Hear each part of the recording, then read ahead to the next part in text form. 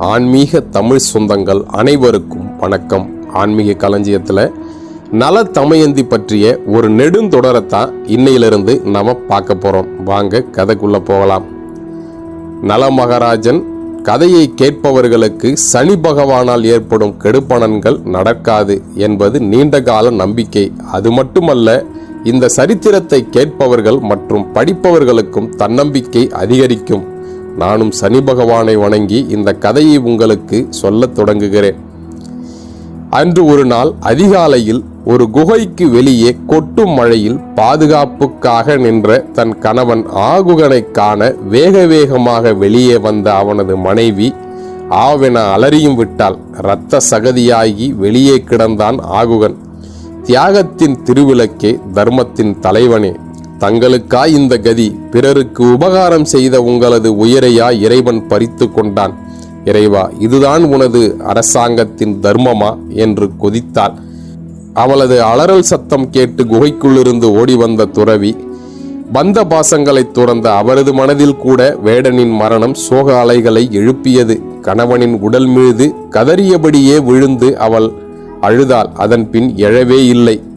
என்னுடைய உயிர் காக்க இந்த வேடனும் அவனது மனைவியும் தங்கள் உயிர் துறந்தனரே என்று மிகவும் கவலைப்பட்ட துறவி முதல் நாள் நடந்த நிகழ்ச்சியினை நினைத்து பார்த்தார். அவர் அந்த காட்டுக்குள் வழி தெரியாமல் திகைத்து கொண்டிருந்த பொழுது தான் ஆகுகனை சந்தித்தார். முன்பின் தெரியாதவர் என்றாலும் அந்த முனிவரின் முகத்தில் இருந்த தேஜஸ் அவனை கவர்ந்தது.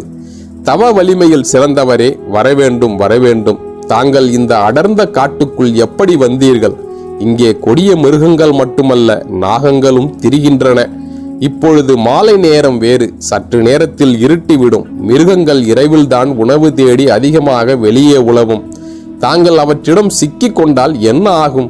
நினைத்து பார்க்கவே முடியவில்லை. உங்களுக்கு நல்ல நேரம் என்பதால் தான் என் கண்ணில் பட்டீர்கள். வாருங்கள் வாருங்கள், எனது குகையில் தங்கி காலையில் செல்லலாம். காட்டின் எல்லை வரை நானே பாதுகாப்பாக உங்களை வந்து வழியனுப்பி வைக்கின்றேன் என்றான் ஆகுகன்.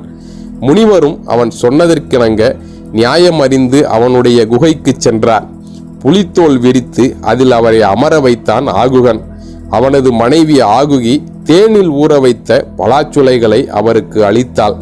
மிருகங்களை கொன்று தின்னும் வேடர்களாயினும் அவர்களது உள்ளத்தில் உள்ள இரக்க குணத்தைக் கண்டு மகிழ்ந்தார் அந்த துறவி. அவனை பற்றி விசாரித்தும் அறிந்தார். சுவாமி, நான் பிறந்து வளர்ந்தது எல்லாம் இந்த காட்டில்தான். என் பெற்றோரை பற்றி எனக்கு தெரியவில்லை. எப்படியோ வளர்ந்தேன். இங்குள்ள மிருகங்கள் எல்லாம் எனக்கு நண்பர்கள் போல. ஏதாவது ஒரு மிருகம் எனக்கு துன்பம் செய்ய வருகிறதென்றால் அதை மட்டுமே அடித்து உண்போம். இல்லாவிட்டால் பட்டினியாக இருந்து கொள்வோம் என்றான் ஆகுகன். முனிவர் அவனது நல்ல குணத்திற்காக சந்தோஷப்பட்டார். குழந்தைகளே, நீங்கள் இருவரும் மனமொத்து குடும்பம் நடத்துவது பற்றியும் முன்பின் தெரியாதவர்களை உபசரிக்கும் விதத்தையும் பார்த்து மகிழ்கிறேன்.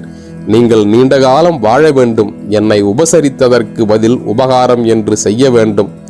துறவியான என்னிடம் பொருளாய் இருக்கும் உங்களுக்கு தருவதற்கு. ஆனால் அருள் என்னும் பொருள் நிறைய இருக்கிறது. அதை உங்களுக்கு நான் தருகிறேன். உங்களுக்கு ஒரு விஷயத்தை உபதேசிக்கிறேன் என்றார். அவர்கள் பணிவுடன் நின்றார்கள். குழந்தைகளே, மாட்டு வண்டியை நீங்கள் பார்த்திருக்கிறீர்களா என்றார். ஆம் என அவர்கள் தலையசைத்தனர். அந்த வண்டியில் மாடு தானாகவே போய் தன்னை இணைத்து கொள்ளுமா என்றார். இல்லை, வண்டிக்காரன் தான் கட்டுவான் என்றனர் அவர்கள். அதுபோல வண்டி மாட்டின் மீது தானாக வந்து ஒட்டி கொள்ளுமா என்றார். அதற்கும் அவர்கள் இல்லை என்றனர். ஆக ஒரு மாட்டை வண்டியில் பூட்டுபவன் வண்டிக்காரன். ஒன்றை ஒன்று தானாக பற்றி கொள்வதில்லை. அதுபோல உயிர் என்ற மாட்டை அதன் பாவ புண்ணியங்களுக்கு ஏற்ப உடம்பு என்ற வண்டிக்குள் இறைவன் என்னும் வண்டிக்காரன் பூட்டி விடுகிறான். வண்டியை பயன்படுத்த தேவையில்லை என்றால் வண்டியையும் மாட்டையும் வண்டிக்காரன் எப்படி கழட்டி விடுகிறானோ அதே போல உயிர்கள் அதன் பாவ புண்ணிய பலன்களை அனுபவித்த பிறகு இறைவன் உயிரை உடலிலிருந்து எடுத்து விடுகிறான். எனவே உயிர் பிரிவதற்குள் ஒவ்வொரு மனிதனும் இறைவனை சரணடைய வேண்டும். நீங்கள் சிவாய நம என்றும் ஓம் நமோ நாராயணாய என்றும் இறைவனின் திருநாமத்தை சொல்லி மறுபிறவிக்குரிய பலாபலன்களை சேர்த்து வையுங்கள் என்றார் முனிவர். அரிய கருத்தொன்றை படிக்காத தங்களுக்கு புரியும் வகையில் எடுத்துரைத்த முனிவருக்கு அவர்கள் நன்றி கூறினார்கள். உறங்கும் நேரம் வந்துவிட்டது. ஆகுகன் அவரிடம், முனிவரே, தாங்கள் அயர்ந்து உறங்குங்கள். இந்த குகையில் இருவர்தான் படுக்க முடியும். நானும் ஆகுவையும் உள்ளே படுத்தால் தாங்கள் வெளியே படுக்க நேரிடும். இரவில் மிருகங்கள் உங்களை தாக்கிவிடும். நீங்களும் நானும் உள்ளே படுத்து ஆகுகி வெளியில் இருந்தால் அவளுக்கு ஆபத்து. எனவே மிருகங்கள் வந்தாலும் அவற்றை வேட்டையாடும் திறனுள்ள ஆயுதபாணியான நான் வெளியில் படுப்பதே சரி. நீங்களும் ஆகுவையும் உள்ளே படுங்கள். இவள் பதிவிரதை, தாங்கள் அவளுக்கு தந்தை போன்றவர். இருவரும் உள்ளே உறங்குவதில் தவறொன்றுமில்லை. நான் ஆயுதத்துடன் பாதுகாவல் செய்கிறேன் என்றான் ஆகுகன். இத்தகைய உன்னதமான பெருந்தன்மையை முனிவர் எதிர்பார்க்கவே இல்லை. எவ்வளவு உயர்ந்த பண்பு கொண்டவன் இந்த வேடன் என அசந்து போனார் முனிவர். அவனுடைய வேண்டுகோளை அவரால் மறுக்க முடியவில்லை. குகைக்குள் முனிவரும் ஆகுவையும் படுத்துக் கொண்டனர். ஆகுகன் வெளியே காவலில் இருந்தான்.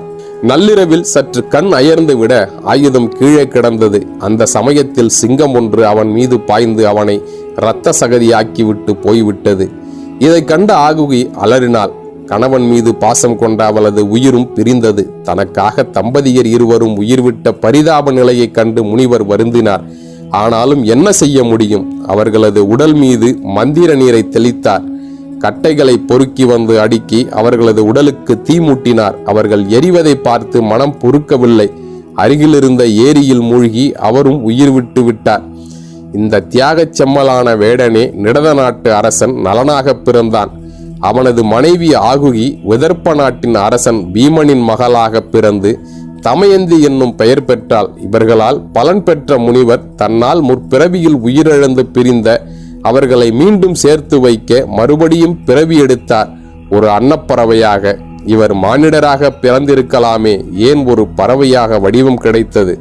முற்றும் துறந்தவர் அந்த முனிவர். அவரது உயிர் இருந்தாலும் போனாலும் யாரும் கவலைப்பட போவதில்லை. அவர் என்ன செய்திருக்க வேண்டும்? அப்பனே, நானோ முற்றும் துறந்தவன்.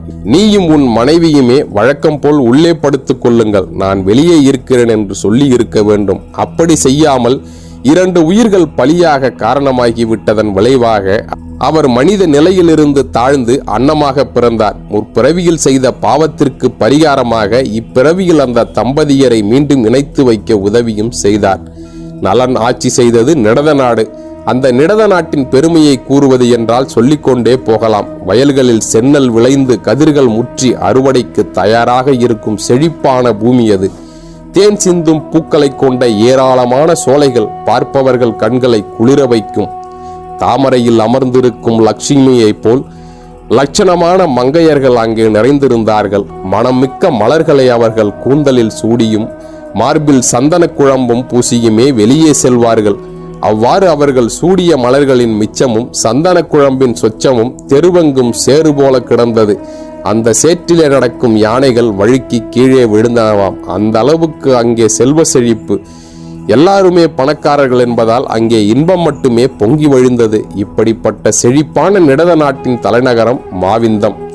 இங்கே அறிஞர்களும் கவிஞர்களும் ஏராளமாக வாழ்ந்து வந்தனர். அதாவது கலைமகளுக்கு சொந்தமான இடம் பிரம்மலோகம் என்றால் யாரும் நம்ப மாட்டார்கள். அவர்களது ஊர் எது என கேட்டால் இது மாவிந்தம் என்று சொல்லக்கூடிய நிலைமையுமே இருந்தது.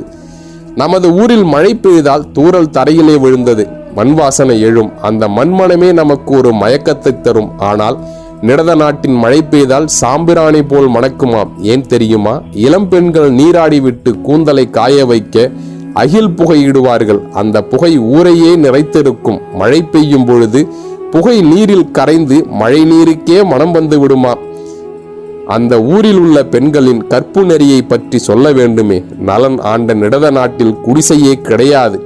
எல்லாருமே மாட மாளிகை கட்டித்தான் வசித்தனர். மாளிகை மாடத்திலே நிற்கும் பெண்கள் எட்டி எட்டி பார்ப்பார்கள். வேலைக்கும் வியாபாரத்திற்கும் சென்ற தங்கள் கணவர்மார்கள் திரும்பி வருகிறார்களா என்று. தூரத்தில் யாரோ ஒருவர் வருவது தெரிந்தவுடன் ஆஹா, அவர்தான் வருகிறார் என்று முகம் சிவக்க காத்திருப்பார்களாம். அருகில் வந்ததும் வேறு யாரோ என தெரிந்ததும் அவர்கள் அழுதே விடுவார்களாம். ஏன் தெரியுமா?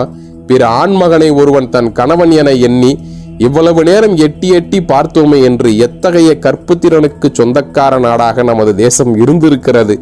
இந்த நாட்டின் குளங்களில் தாமரை மலர்கள் வேண்டுமானால் மலர்ந்து தத்தளிக்கும். ஆனால் மக்களின் மனம் எப்பொழுதும் தத்தளித்ததாக சரித்திரமே இல்லை. எல்லோருமே பணக்காரர்கள் என்பதால் போட்டி பொறாமைக்கும் வஞ்சனைக்கும் இடமில்லை. எல்லா வீட்டாரும் மனதாலும் குணத்தாலும் ஒன்றுபட்டே வாழ்ந்து வந்தனர். இப்படிப்பட்ட சிறப்புடைய நிடத நாட்டின் மன்னனே நலன். பிற நாட்டு மன்னர்கள் இவனை பார்க்கவே அஞ்சுவார்கள். அந்த அளவிற்கு மரியாதை கலந்த பயம். எதிரிகள் வருவதே இல்லை. தப்பித்தவறி ஆசைப்பட்டு வந்தால் வந்த வேகத்திலே புறமுதுகிட்டு ஓடி தங்கள் நாட்டையும் இவனிடமே ஒப்படைத்து விட்டு உயிர் பிழைத்தால் போதுமென கண்காணாத இடத்திற்கு ஓடிவிடுவார்கள். வீரத்தில் மட்டுமல்ல, அழகிலும் மன்மதன். இவனை விரும்பிய கன்னி பெண்களுக்கு எண்ணிக்கை இல்லை. இவன் பல சமயங்களில் வீதி வழியே தேரில் கம்பீரமாக உலா வருவான். தங்கள் மேல் அவன் பார்வைப்பட்டு அவனுடைய மனைவி ஆகும் பாக்கியம் தங்களுக்கு கிடைக்காதா என்ற ஏக்கம் அந்த அழகு கண்களில் புலப்படும். ஒரு நாள் நலன் நந்தவனத்திற்கு மலர் பறிக்க தன் தேரில் சென்றான். நந்தவனத்தை அவன் அடைந்ததும் அங்கிருந்த தடாகத்தில் இதுவரை அவன் பார்த்து அழப்பமடைந்து அதை தீர்த்து கொள்ள, அன்னமே தமயந்தியை பற்றி இந்த அளவிற்கு புகழ்ந்தாயே, அவளுக்கும் உனக்கும் இணைந்த வடிவாக அல்லவா அந்த அன்னம் சொல்லும் வாலிபரியன் கண்களில் தெரிகிறார். அவரை மணந்து கொள்ளலாமே. தமயந்தியின் என்ன அலைகளை அன்னம் புரிந்து கொண்டது. கடந்த பிறவியில் என்ன செய்தோம், ஏது செய்தோம் என்பதை நாம் அறிய மாட்டோம். ஆனால் நமக்கு ஒரு துன்பம் வருகிறது என்றால் அது கடந்த பிறவியில் செய்த பாவத்தின் பலனே. இன்பம் வருகிறது என்றால் கடந்த பிறவியில் செய்த புண்ணியத்தின் பலனே. அன்னப்பறவையின் செயல் இதை நமக்கு எடுத்து காட்டுகிறது. இதன் மூலம் மனித பிறவி எடுத்துள்ள ஒவ்வொருவரும் இதுவரையில் ஏதேனும் தவறு செய்திருந்தாலும் அவற்றுக்கு எல்லாம் பிராயச்சித்தமாக இந்த பிறவியிலேயே ஏதேனும் பரிகாரம் தேடிக்கொள்ள வேண்டும். தமயந்தி அந்த அன்னத்திடம், அன்னமே, நீ சொல்லும் அந்த ஆணழகனை நான் இதுவரை கண்டதில்லை. ஆனாலும் என்னவோ அவனோடு பலகாலம் வாழ்ந்தது போன்ற உணர்வு என்னுள் எழுகிறது. என்னை அறியாமல் அவன் மேல் காதல் வயப்பட்டு விட்டேன். எனக்காக அவன் என்றால் சரியான யோசனை சொன்னாய். உடனடியாக ஏற்பாடு செய்து விடுகிறேன் என்றவன் பல நாட்டு மன்னர்களுக்கும் தகவல் அனுப்பினான். என் குமாரத்தி தமயந்திக்கு திருமணம் செய்ய உத்தேசித்துள்ளேன். அவள் விரும்பும் கணவனை தேர்ந்தெடுத்து கொள்ளும் வகையில் சுயம்பரம் நடத்தப்படும். இன்னும் 7 நாட்கள். அடுத்த வாரம் சுயம்பரம் என்று அந்தந்த நாடுகளுக்கு சென்று அறிவிக்கும்படி தூதர்களை அனுப்பினான் மன்னன். தன் நாட்டு மக்களுக்கு இளவரசி சுயம்பரம் நடக்கும் விபரத்தை முரசறைந்து தெரிவித்தான். மக்கள் மகிழ்ந்தனர். தமயந்தியின் சுயம்பரம் விபரம் அறிந்த மன்னர்கள் மகிழ்ந்தனர். அவள் தனது மனைவியானால் அதைவிட உயர்ந்த யோகம் தங்களுக்கு ஏதும் இல்லை என அவர்கள் எண்ணினர். 7 நாட்கள் என்று அறிவித்திருந்தாலும் கூட அதற்கு முன்னதாகவே விதர்ப்ப நாடு வந்து சேர்ந்தனர் மன்னர்கள். இந்த சமயத்தில் தமயந்தியிடமிருந்து தூது சென்ற அன்னம் நல மகாராஜனின் இல்லத்தை அடைந்தது. அவன் போர்க்களத்தில் வீரத் திருமகன். வாளால் பருந்துகளுக்கும் கழுகுகளுக்கும் விருந்து வைப்பவன். அதாவது எதிரிகளை மாய்த்து அவர்களது உடலை அவற்றுக்கு கொடுப்பவன். அப்படிப்பட்ட வீரத் திருமகன் இந்த காதல் விஷயத்தில் சோர்ந்து கிடந்தான். அன்னம் வந்து சேர்ந்ததும் ஆவலுடன் அதன் அருகே அமர்ந்து கொண்டான். அன்னங்களின் தலைவனே, நீ என் தமயந்தியை பார்த்தாயா? அவள் என்ன சொன்னாள்? நிச்சயமாக சம்மதித்திருப்பாளே. அங்கே என்ன நடந்தது? நான் அவளை பார்க்காமலே ஏற்றுக்கொண்டது போல அவளும் என் காதலை ஏற்றாளா என்றான். அவசரமும் படபடப்பும் கலந்து. அவனது அவசரத்தை புரிந்து கொண்ட அன்னம், உன்னையும் அவள் ஏற்றாள். உன் பெருமையையும் உணர்ந்து கொண்டாள். கண்டதும் காதல் கொள்வதே உலகின் இயல்பு. நீங்களோ காணாமல் காதல் கொண்டிருக்கிறீர்கள். காதலுக்கு மட்டும்தான் இத்தகைய சக்தி இருக்கிறது என்றது அந்த அன்னம். நலன் இவ்வாறு பேசிக் கொண்டிருந்த வேளையில் இடத நாட்டுக்கு வீமராஜன் அனுப்பிய தூதுவர்கள் வந்து சேர்ந்தனர். அவர்கள் வாயிற்காவலர்களிடம் தங்கள் வந்த காரணத்தை கூறினர். காவலர்கள் நலனிடம் இது பற்றி அறிவிக்க நலன் அவர்களை அழைத்து விஷயத்தை தெரிந்து கொண்டான். உடனே புறப்பட்டு வருவதாக உங்கள் ராஜாவிடம் சொல்லுங்கள் என அவர்களை அனுப்பிவிட்டு தேரை கொண்டு வரச் சொன்னான். சாரதியிடம் விதர்ப்ப நாடு நோக்கி விரைந்து செல் என உத்தரவிட்டான். படை வீரர்கள் புடைசூழ விதர்ப்ப நாட்டை அடைந்தான். இப்பொழுதெல்லாம் திருமணத்திற்கு மனப்பொருத்தம் பார்க்கிறார்கள். நலன் எப்படி பொருத்தம் பார்த்தான் தெரியுமா? தங்கம் போல் மின்னும் நெல்மணிகள் கொத்து கொத்தாக குலுங்கும் கதிர்களை வயல் சூழ்ந்த நாடு தன்னுடையது.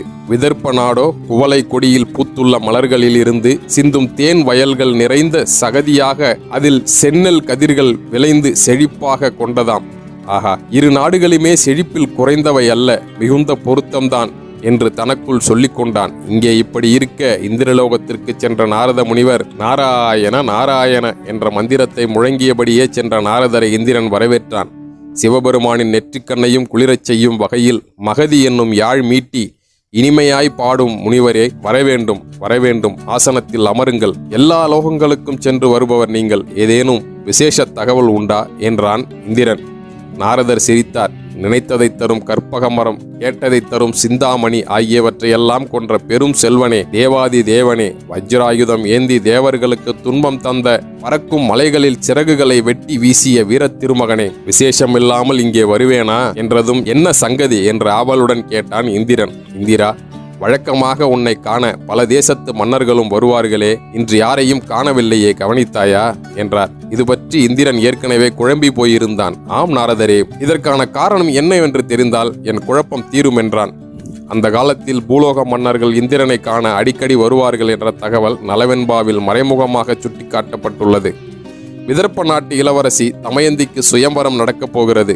பூலோக மன்னர்களை எல்லாம் அங்கு போய் குவிந்திருக்கிறார்கள்.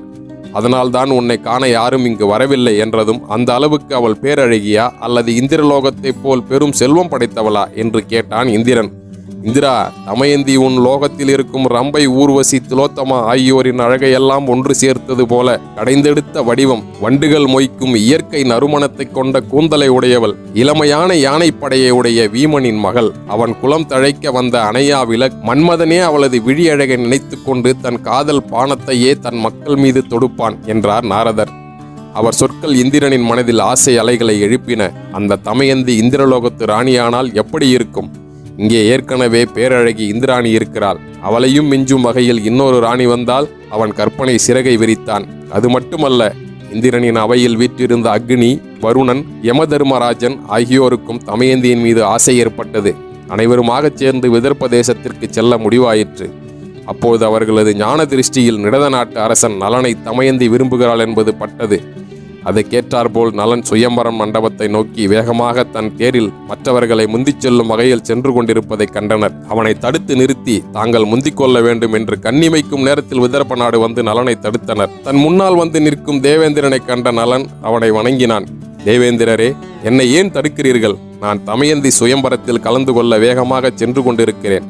உங்களுக்கு நான் என்ன செய்ய வேண்டும் என்றான் நலன். நான் இப்பொழுது உனக்கு ஒரு கட்டளையிடப் போகிறேன். அதை நீ முடித்து தர வேண்டும் என்றான். யார் எந்த பணியை கொடுத்தாலும் இல்லை என்று சொல்லாமல் அதை முடித்து தரும் இயற்கையான குணமுடைய நலன் இந்திரன் தன் ஆசைக்கே தடை விதிக்கப் போகிறான் என்பதை சற்றும் யோசிக்காமல், சொல்லுங்கள் தேவேந்திரா, தங்கள் கட்டளை நிறைவேற்ற நான் தயாராக இருக்கிறேன் என்று வாக்களித்து விட்டான். மதம் படைத்த யானைப்படையை உடைய மாபெரும் மன்னனே, நாங்கள் தேன் சிந்தும் மலர் சூடிய தமயந்தியை பெண் பார்க்க வந்துள்ளோம்.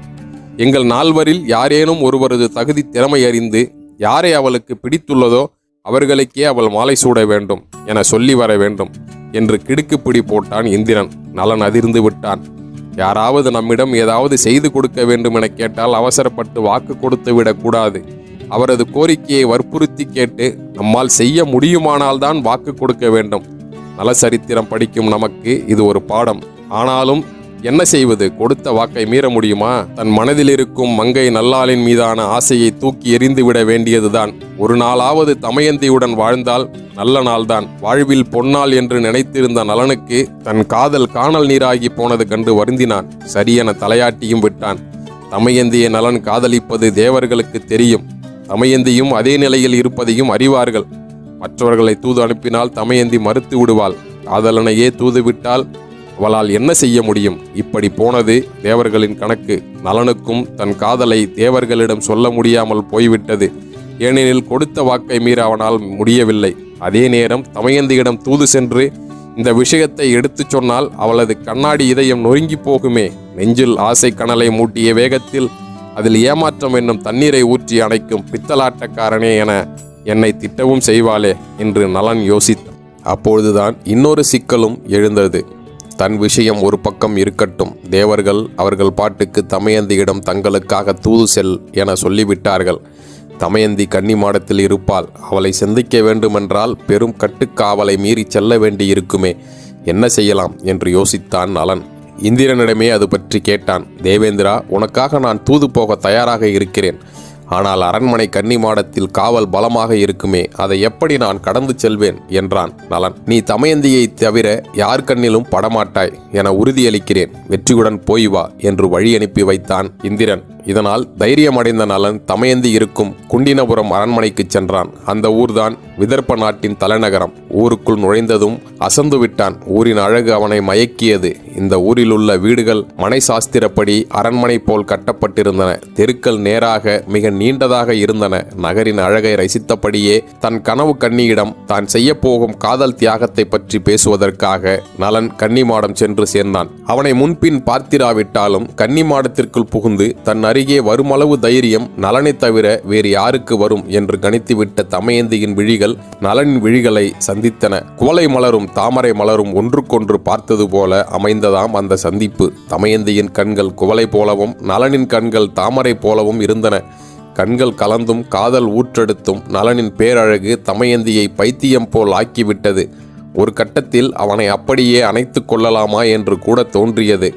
ஆசை வெட்கத்தை வெல்ல பார்த்தது. ஆனால் பெண்மைக்கே உரிய நாணம் அவளை தடுத்து விட்டது. அதே நேரம் அன்னம் சொன்ன அடையாளங்களால் அவன் நலன் என்பதை உறுதிப்படுத்தி கொண்டதும் கண்களில் ஆனந்த கண்ணீர் துளிர்த்தது. அப்பொழுது தமயந்தி தன் பவள வாய் திறந்தாள். நீங்கள் யார்? அரண்மனையின் கட்டுக்காவலை மீறி கன்னிமாடத்திற்கே வந்துவிட்டீர்களே, உங்களை இங்கே அனுமதித்தது யார்? ஒருவேளை காவலர்கள் கண்ணில் படாமல் மாயாஜாலம் நிகழ்த்தி வந்தீர்கள் என்றால், ஒருவேளை நீங்கள் தேவலோகத்தைச் சேர்ந்தவரா? உண்மையை சொல்லுங்கள் என்றால் மெல்லிய குரலில். குயில் போல் இருந்தது தமயந்தியின் தேன் குரல். தமயந்தி, நீ நினைப்பது சரியே, நான் தான் நலன். உன்னை மனம் முடிப்பதற்காகவே மற்ற அரசர்களையெல்லாம் முந்திக் கொண்டு இங்கு வந்து சேர்ந்தேன். ஆனால் இங்கு வந்ததும் நிலைமை மாறிவிட்டது. உன்னை மனமுடிக்க இயலாத நிர்பந்தத்தில் இருக்கிறேன் என்றதும் தமயந்தியின் ஆனந்த கண்ணீர் சோக கண்ணீராய் மாறியது. மாமன்னரே, ஏன் இப்படி சொல்கிறீர்கள்? காணாமலே காதலித்தவர்கள் நாம். அன்னம் தங்களை பற்றி சொன்ன அடுத்த கணமே என் இதயம் உங்கள் இதயத்துடன் சங்கமித்து விட்டது. இதயம் இல்லாதவளாய் நிற்கும் என்னிடம் இரட்டை இதயத்தை கொண்டுள்ள நீங்களா இப்படி பேசுகிறீர்கள்? அப்படி என்ன நிர்பந்தம் என்றால் அந்த பைங்கொடி தமயந்தி, நான் வரும் வழியில் இந்திரன் முதலான தேவர்களை கண்டேன். தேவலோகத்தில் சுகத்தை தவிர வேறு எதையுமே அனுபவிக்காத அந்த சுகவாசிகள் உன் பேரழகு பற்றி கேள்விப்பட்டு உன்னை மனமுடிக்க இங்கு வந்துள்ளார்கள். அதிலும் இந்திரன் உன்மேல் உயிரையே வைத்திருக்கிறார். உன்னையும் என்னையும் பிரிக்க முடியாது என்று தெரிந்து கொண்ட அவர் என்னையே தூது அனுப்பினார். நானும் அவசரப்பட்டு வாக்கு கொடுத்து விட்டேன். என் வாக்கை காப்பாற்றும் நிர்பந்தத்தில் இருக்கிறேன். நீ அவருக்கு மாலை அணிவித்து மணாளனாக ஏற்றுக்கொள். பூலோக ராணியாக வேண்டிய நீ தேவலோக ராணியாக போகிறாய் என்றான் நலன். கண்ணீர் சிந்த நின்ற தமயந்தி, மன்னரே, உங்கள் நிலைமையை புரிந்து கொண்டேன். ஆனால் ஒன்றை மட்டும் புரிந்து கொள்ளுங்கள். இந்த தமயந்தி உங்களை தவிர யாருக்கும் சொந்தமாக மாட்டாள். இந்த சுயம்பரம் ஏற்பாடு செய்யப்பட்டதே உங்களுக்காகத்தான். நீங்கள் வந்ததும் உங்களை அடையாளம் கண்டு மாலை அணிவிக்கலாம் என இருந்தேன். ஆனால் இப்பொழுது இப்படி ஒரு சிக்கலில் நீங்கள் மாட்டிக்கொண்டிருக்கிறீர்கள் என்பதை அறிந்து வேதனைப்படுகிறேன். நல மகாராஜரே, தேவர்களுடன் இணைந்து சுயம்பர மண்டபத்திற்கு வாருங்கள் என்ற அந்த அழகு பாவை அங்கிருந்து புறப்பட்டாள். நலனும் அவளிடம் விடைபெற்று தேவர்களிடம் வந்து சேர்ந்தான். இந்திரனிடம் நடந்ததை சொன்னான். தேவர்கள் மகிழ்ந்தனர். தமயந்தி தங்களை மறுக்கவில்லை என்பதை அறிந்து ஆறுதல் அடைந்தனர். அதே நேரம் சுயம்பர மண்டபத்திற்கு நலனை அவள் வரச் சொல்லியிருக்கிறாள் என்ற தகவல் அவர்களுக்கு நெருப்பாய் சுட்டது. இருப்பினும் தங்களுக்காக தன் காதலையே தியாகம் செய்ய முன்வந்த நலனுக்கு ஒரு வரத்தை அளித்தனர். நலனே, நீ செய்த தியாகத்திற்காக ஒரு வரத்தை அளிக்கிறோம். உணவு, தண்ணீர், நகைகள், ஆடைகள், மலர் மாலை, நெருப்பு ஆகியவற்றை நீ எந்த இடத்தில் இருந்தாலும் நினைத்தவுடன் அவை உனக்கு கிடைக்கும் சக்தியை அளிக்கிறோம் என்றனர். மறுநாள் சுயம்பர மண்டபத்திற்கு அங்கு வந்துள்ள அரசர்கள் அனைவரும் வந்து சேரும்படி அழைப்பு விடுக்கப்பட்டது. அனைத்து நாட்டு அரசர்களும் புறப்பட்டனர். தேவர்கள் சென்ற பிறகு நலன் மன்னர்கள் தங்கியிருந்த அரண்மனை பகுதிக்கு போய்விட்டான். தமயந்தி ஆழ்ந்த வருத்தத்தில் இருந்தால், யாரை காதலித்தோமோ அவனே மற்றவர்களுக்கு என்னை காதலியாக்க தூதாக வந்தது எவ்வளவு பெரிய கொடுமை. இவன் என்ன மனிதன்? அன்னப்பறவை சொன்னது முதல் இவனே கதியென இருந்தோமே. இப்போதோ இவன் தூதனாகிவிட்டான். இவனை நாடி என் மனம் செல்வதை தான் புரிந்து கொள்ள முடியவில்லை. இப்படிப்பட்டவன் கடைசி வரை என்னை காப்பாற்றுவானா? தமயந்தி தனக்குள் புலம்பிக் கொண்டாள். மயக்கமே வந்துவிடும் போல் இருந்தது. சந்தேக பூக்கள் அவளது மனதுக்குள் பூத்தாலும் ஆசை மட்டுமே விடவே இல்லை. அவன் எவ்வளவு பெரிய கட்டழகன்! ஆண்மை அவனோடு பிறந்தது. காதலையே துறக்க முடிவெடுத்த இவனை தியாகி என்று நினைக்க என் மனம் ஏன் நினைக்கவில்லை? அவனை பார்க்கும் முன் என் உள்ளம்தான் நிடத நாட்டை நோக்கி போயிற்று. அவனை பார்த்த பிறகு உயிரும் போய்விட்டதே. தீயிலே விழுந்த இளம் தளிர் போல என் மனம் தபிக்கிறதே. கொக்குகளாலும் நாரைகளாலும் கொத்தி தின்னப்படும் மீன் போல துடிக்கிறேனே. என் அன்பரே, தாங்களா இப்படி ஒரு வார்த்தை சொன்னீர்கள்? உங்களுக்காக என் உயிர் வேண்டுமானால் போகலாம். ஆனால் என் காதல் என்றும் ஜீவித்திருக்கும் என்று புலம்பியவள் அவ்வப்போது மயக்க நிலைக்கும் சென்று திரும்பினாள். அப்பொழுது மாலை பொழுது வந்துவிட்டது. தமயந்தியின் புலம்பலும் அதிகமாயிற்று. இந்த வானத்தை பாருங்களேன், ஓரிடத்தில் பிறநிலா இருக்கிறது. ஆனாலும் நிலவின் குளிரால் அதற்கு எந்த பயனும் இல்லை. அந்த வானத்தில் அப்படி என்னதான் வெப்பமோ? கொப்பளங்கள் பல தோன்றி இருக்கின்றன. நட்சத்திரங்களைத்தான் சொல்கிறேன். அந்த வானத்தின் நிலை போல்தான் என் மனமும் புண்பட்டிருக்கிறது. அந்த அளவுக்கு என் மேல் கோபமோ தெரியவில்லை. அதன் கதிர்கள் என் உள்ளத்தை நெருப்பாய் சுடுகின்றன. அது என்னவோ தெரியவில்லை. இன்றைய இரவு பொழுது வெகுவாக நீளுமென்றே நான் கருதுகிறேன் என்றாள் தமயந்தி. அந்த இரவில் நலன் தன்னுடன் யாரும் அறியாமல் இருந்திருந்தால் காதல் மொழி பேசி இனிய இரவாக கழிந்திருக்குமே என ஏக்க பெருமூச்சும் விட்டாள் தமயந்தி. பஞ்சனையில் படுத்தால் அது முள்ளாய் குத்தியது. உலகிலேயே கொடிய வியாதி காதல்தான் போலும். காதலனை நினைத்து விட்டால் காதலியருக்கும் தூக்கமே கிடையாது என்று அவள் படித்திருக்கிறாள். இப்பொழுது அதனை அவளே உணர்கிறாள். என்னை துன்பத்திற்குள்ளாக்கும் இரவே போய்விடு, கதிரவனே விரைந்து வா, விடியலுக்கு பிறகாவது என் வாழ்வில் விடியல் ஏற்படுகிறதா பார்ப்போம் என எண்ணியபடியே ஒவ்வொரு நொடியையும் தள்ளினாள். ஒரு வழியாய் தன் விடியலும் வந்தது. விடிய விடிய கண் விழித்திருந்ததால் குவளை மலர் போன்ற அவளது கண்கள் சிவந்திருந்தன. அன்றைய தினம்தான் சுயம்பரம். மனதுக்கு பிடித்தவன் மலாளனாக அமைந்தால்தான் சுயம்பரம் இனிக்கும். காதலனோ காதலை தியாகம் செய்து விட்டான். யார் கழுத்தில் மாலை அணிந்தால் என்ன? ஏதோ ஜடம் போல் மாலையை தூக்கி கொண்டு உணர்வற்றவளாய் மண்டபத்திற்குள் நுழைய வேண்டியதுதான். அவளும் இதோ நுழைந்து விட்டாள். அவளது காதில் அணிந்திருந்த முத்துக்கம்மல் அவளது எழிலை அதிகமாக்கி இருந்தது. மன்னர்களெல்லாம் தமயந்தியின் அழகை ரசிக்க அப்படியும் இப்படியுமாய் தலையை தூக்கி பார்க்க முயன்றனர். ஆனால் தோழிகள் அவளை சுற்றி நின்றதால் அவள் அவர்களின் பார்வையில் படவில்லை. அந்த மண்டபத்தில் இந்திரன், யமன், அக்னி முதலான தேவர்களும் மன்னர்களின் வரிசையில் எழில் பொங்க வீற்றிருந்தனர். நலன் எவ்வித உணர்வும் இல்லாமல் ஒரு ஆசனத்தில் அமர்ந்திருந்தான். தோழி பெண் தமயந்தியிடம் ஒவ்வொரு மன்னரையும் அறிமுகம் செய்து வைத்தபடியே முன் சென்றாள். தமயந்தி அழகிய மாலையுடன் அவள் சொல்வதை கேட்க விரும்பாமல் பின் சென்றாள். தமயந்திக்கு முதலில் அறிமுகப்படுத்தப்பட்டவன் சோழ மன்னன். காவிரி நதி தீரத்திற்கு சொந்தக்காரன். இந்த ஆற்றிலே ஓடுவது தண்ணீர் அல்ல, அமுதம். அதற்கு பொன்னி என்று பெயரும் உண்டு என்று எடுத்துச் சொல்கிறாள். அடுத்து பாண்டிய மன்னனை அறிமுகப்படுத்துகிறாள். இவன் சொக்கநாதரின் அருள் பெற்ற வம்சத்தில் பிறந்தவன். முன்னொரு காலத்தில் இவனது முன்னோர் சென்றால் மேருமலையை அடித்து பிளந்தவர்களாம் என்று அவனது வீரத்தை புகழ்ந்தாள். கங்கை கரையில் உள்ள காந்தார நாட்டின் மன்னனும் சுயம்பரத்திற்கு வந்திருந்தான். அவனது தேசத்தின் பெருமையையும் சொல்லி பாராட்டினார்கள். அடுத்து சேர நாட்டு மன்னனை அறிமுகம் செய்தாள். அடுத்து குருநாடு, அவந்தி நகரத்து மன்னன் என்று பட்டியல் நீண்டு கொண்டே போனது. ஓரிடத்தில் தோழி அயர்ந்து நின்று விட்டாள். ஏனெனில் நலனைப் போலவே உருவம் கொண்ட 4 பேர் அமர்ந்திருந்தனர். தமயந்தியும் அவர்கள் 4வரும் நலனைப் போலவே இருப்பது கண்டு அசந்து விட்டாள். இது எப்படி சாத்தியம்? ஒரே வடிவத்தில் 4வரா? இந்த உலகத்திலா இந்த அதிசயம்? அப்படியானால் இவர்கள் யார்? என் நலன். ஐயோ, இது தேவர்களின் வேலையாகத்தான் இருக்க வேண்டும். என்னை விரும்பிய தேவர்கள் என் நலனை என்னிடமே தூது அனுப்பியது போதாதென்று இப்பொழுது இப்படி வந்து அமர்ந்திருக்கிறார்களே. இந்த இக்கட்டான நிலையில் என் நலனை எப்படி கண்டுபிடிப்பது என்று சிந்தித்த தமயந்திக்கு ஒரு பொறி தட்டியது. நிஜமான நலனும் இங்கு இருக்கிறான். மற்றவர்களும் எனது கண்களுக்கு மட்டுமே தெரியும்படி நலனைப் போலவே இருக்கின்றனர். தேவர்களை அடையாளம் காண்பது எளிது. தேவர்களின் கண்கள் இமைக்காது. அவர்களது பாதங்கள் நிலத்தில் படாமல் அந்தரத்தில் நிற்கும். அவர்கள் அணிந்து வரும் மாலைகள் வாடாது. இங்கே இந்திரன், அக்னி, வருணன், யமதர்மன் ஆகிய தேவர்கள் அமர்ந்துள்ளனர். அவர்களது அடையாளத்தை இவற்றை கொண்டே கணித்து விடலாம். நிஜமான நலனை கண்டுபிடித்து விடலாம் என்ற மகிழ்ச்சியுடன் கண்களால் துழாவினாள் தமயந்தி. எல்லாமே காதல் பார்வையை அவள் மீது வீசிக்கொண்டிருந்தனர். தமயந்தி மிக தெளிவாக கணித்து நிஜமான நலனுக்கு மாலை அணிவித்து விட்டாள். தேவர்கள் மட்டுமல்ல, மற்ற நாட்டு மன்னர்களும் அதிர்ச்சி அடைந்து விட்டனர். ஏமாற்றமும் மான உணர்வும் அவர்களின் மனதை புண்ணாக்கிவிட்டது. இந்த ஆத்திரத்துடன் அவர்கள் ஒவ்வொருவராய் வெளியேறினர். அவர்களது செந்தாமரை முகங்கள் வெண்தாமரை ஆகிவிட்டன. ஏமாற்றத்தால் தமயந்தியின் முகமும் அப்படித்தான் ஆகியிருந்தது. எதனால் தெரியுமா? நிஜ நலனுக்கு மாலை சூட்டிய வெட்கம் தாழாமல் நலனும் பெரும் மகிழ்ச்சியை அடைந்தான். தன் தமயந்தி தனக்கு கிடைத்து விட்டதால் அவனது உள்ளம் ஆனந்த களியாட்டம் போட்டது. தமயந்தியோ எப்போது அவனை தனிமையில் சந்தித்து அவனுடன் பேசி மகிழ்ந்திருக்கலாம் என்று அவசரப்பட்டு கொண்டிருந்தாள். காலையுடன் நடந்து செல்லும் பசுவை போல நலனுடன் அவள் கிளம்பினாள். தேவர்கள் கடும் கோபத்துடன் சுயம்பர மண்டபத்தை விட்டு வெளியேறினார்கள். எல்லோரும் இங்கு வந்து சுயம்பரத்தை முடித்து கொண்டு கிளம்பி கொண்டிருந்த வேளையில்தான் தேவலோகத்திலிருந்து ஒரு விஐபி தள்ளுநடை போட்டு வந்து கொண்டிருந்தார். அவரது பெயர் சனீஸ்வரன். கலிபுருஷன் என்று அவரை சொல்வார்கள். அவருக்கு என்ன ஆசை தெரியுமா? தமயந்தியை திருமணம் செய்ய வேண்டும் என்பதுதான்.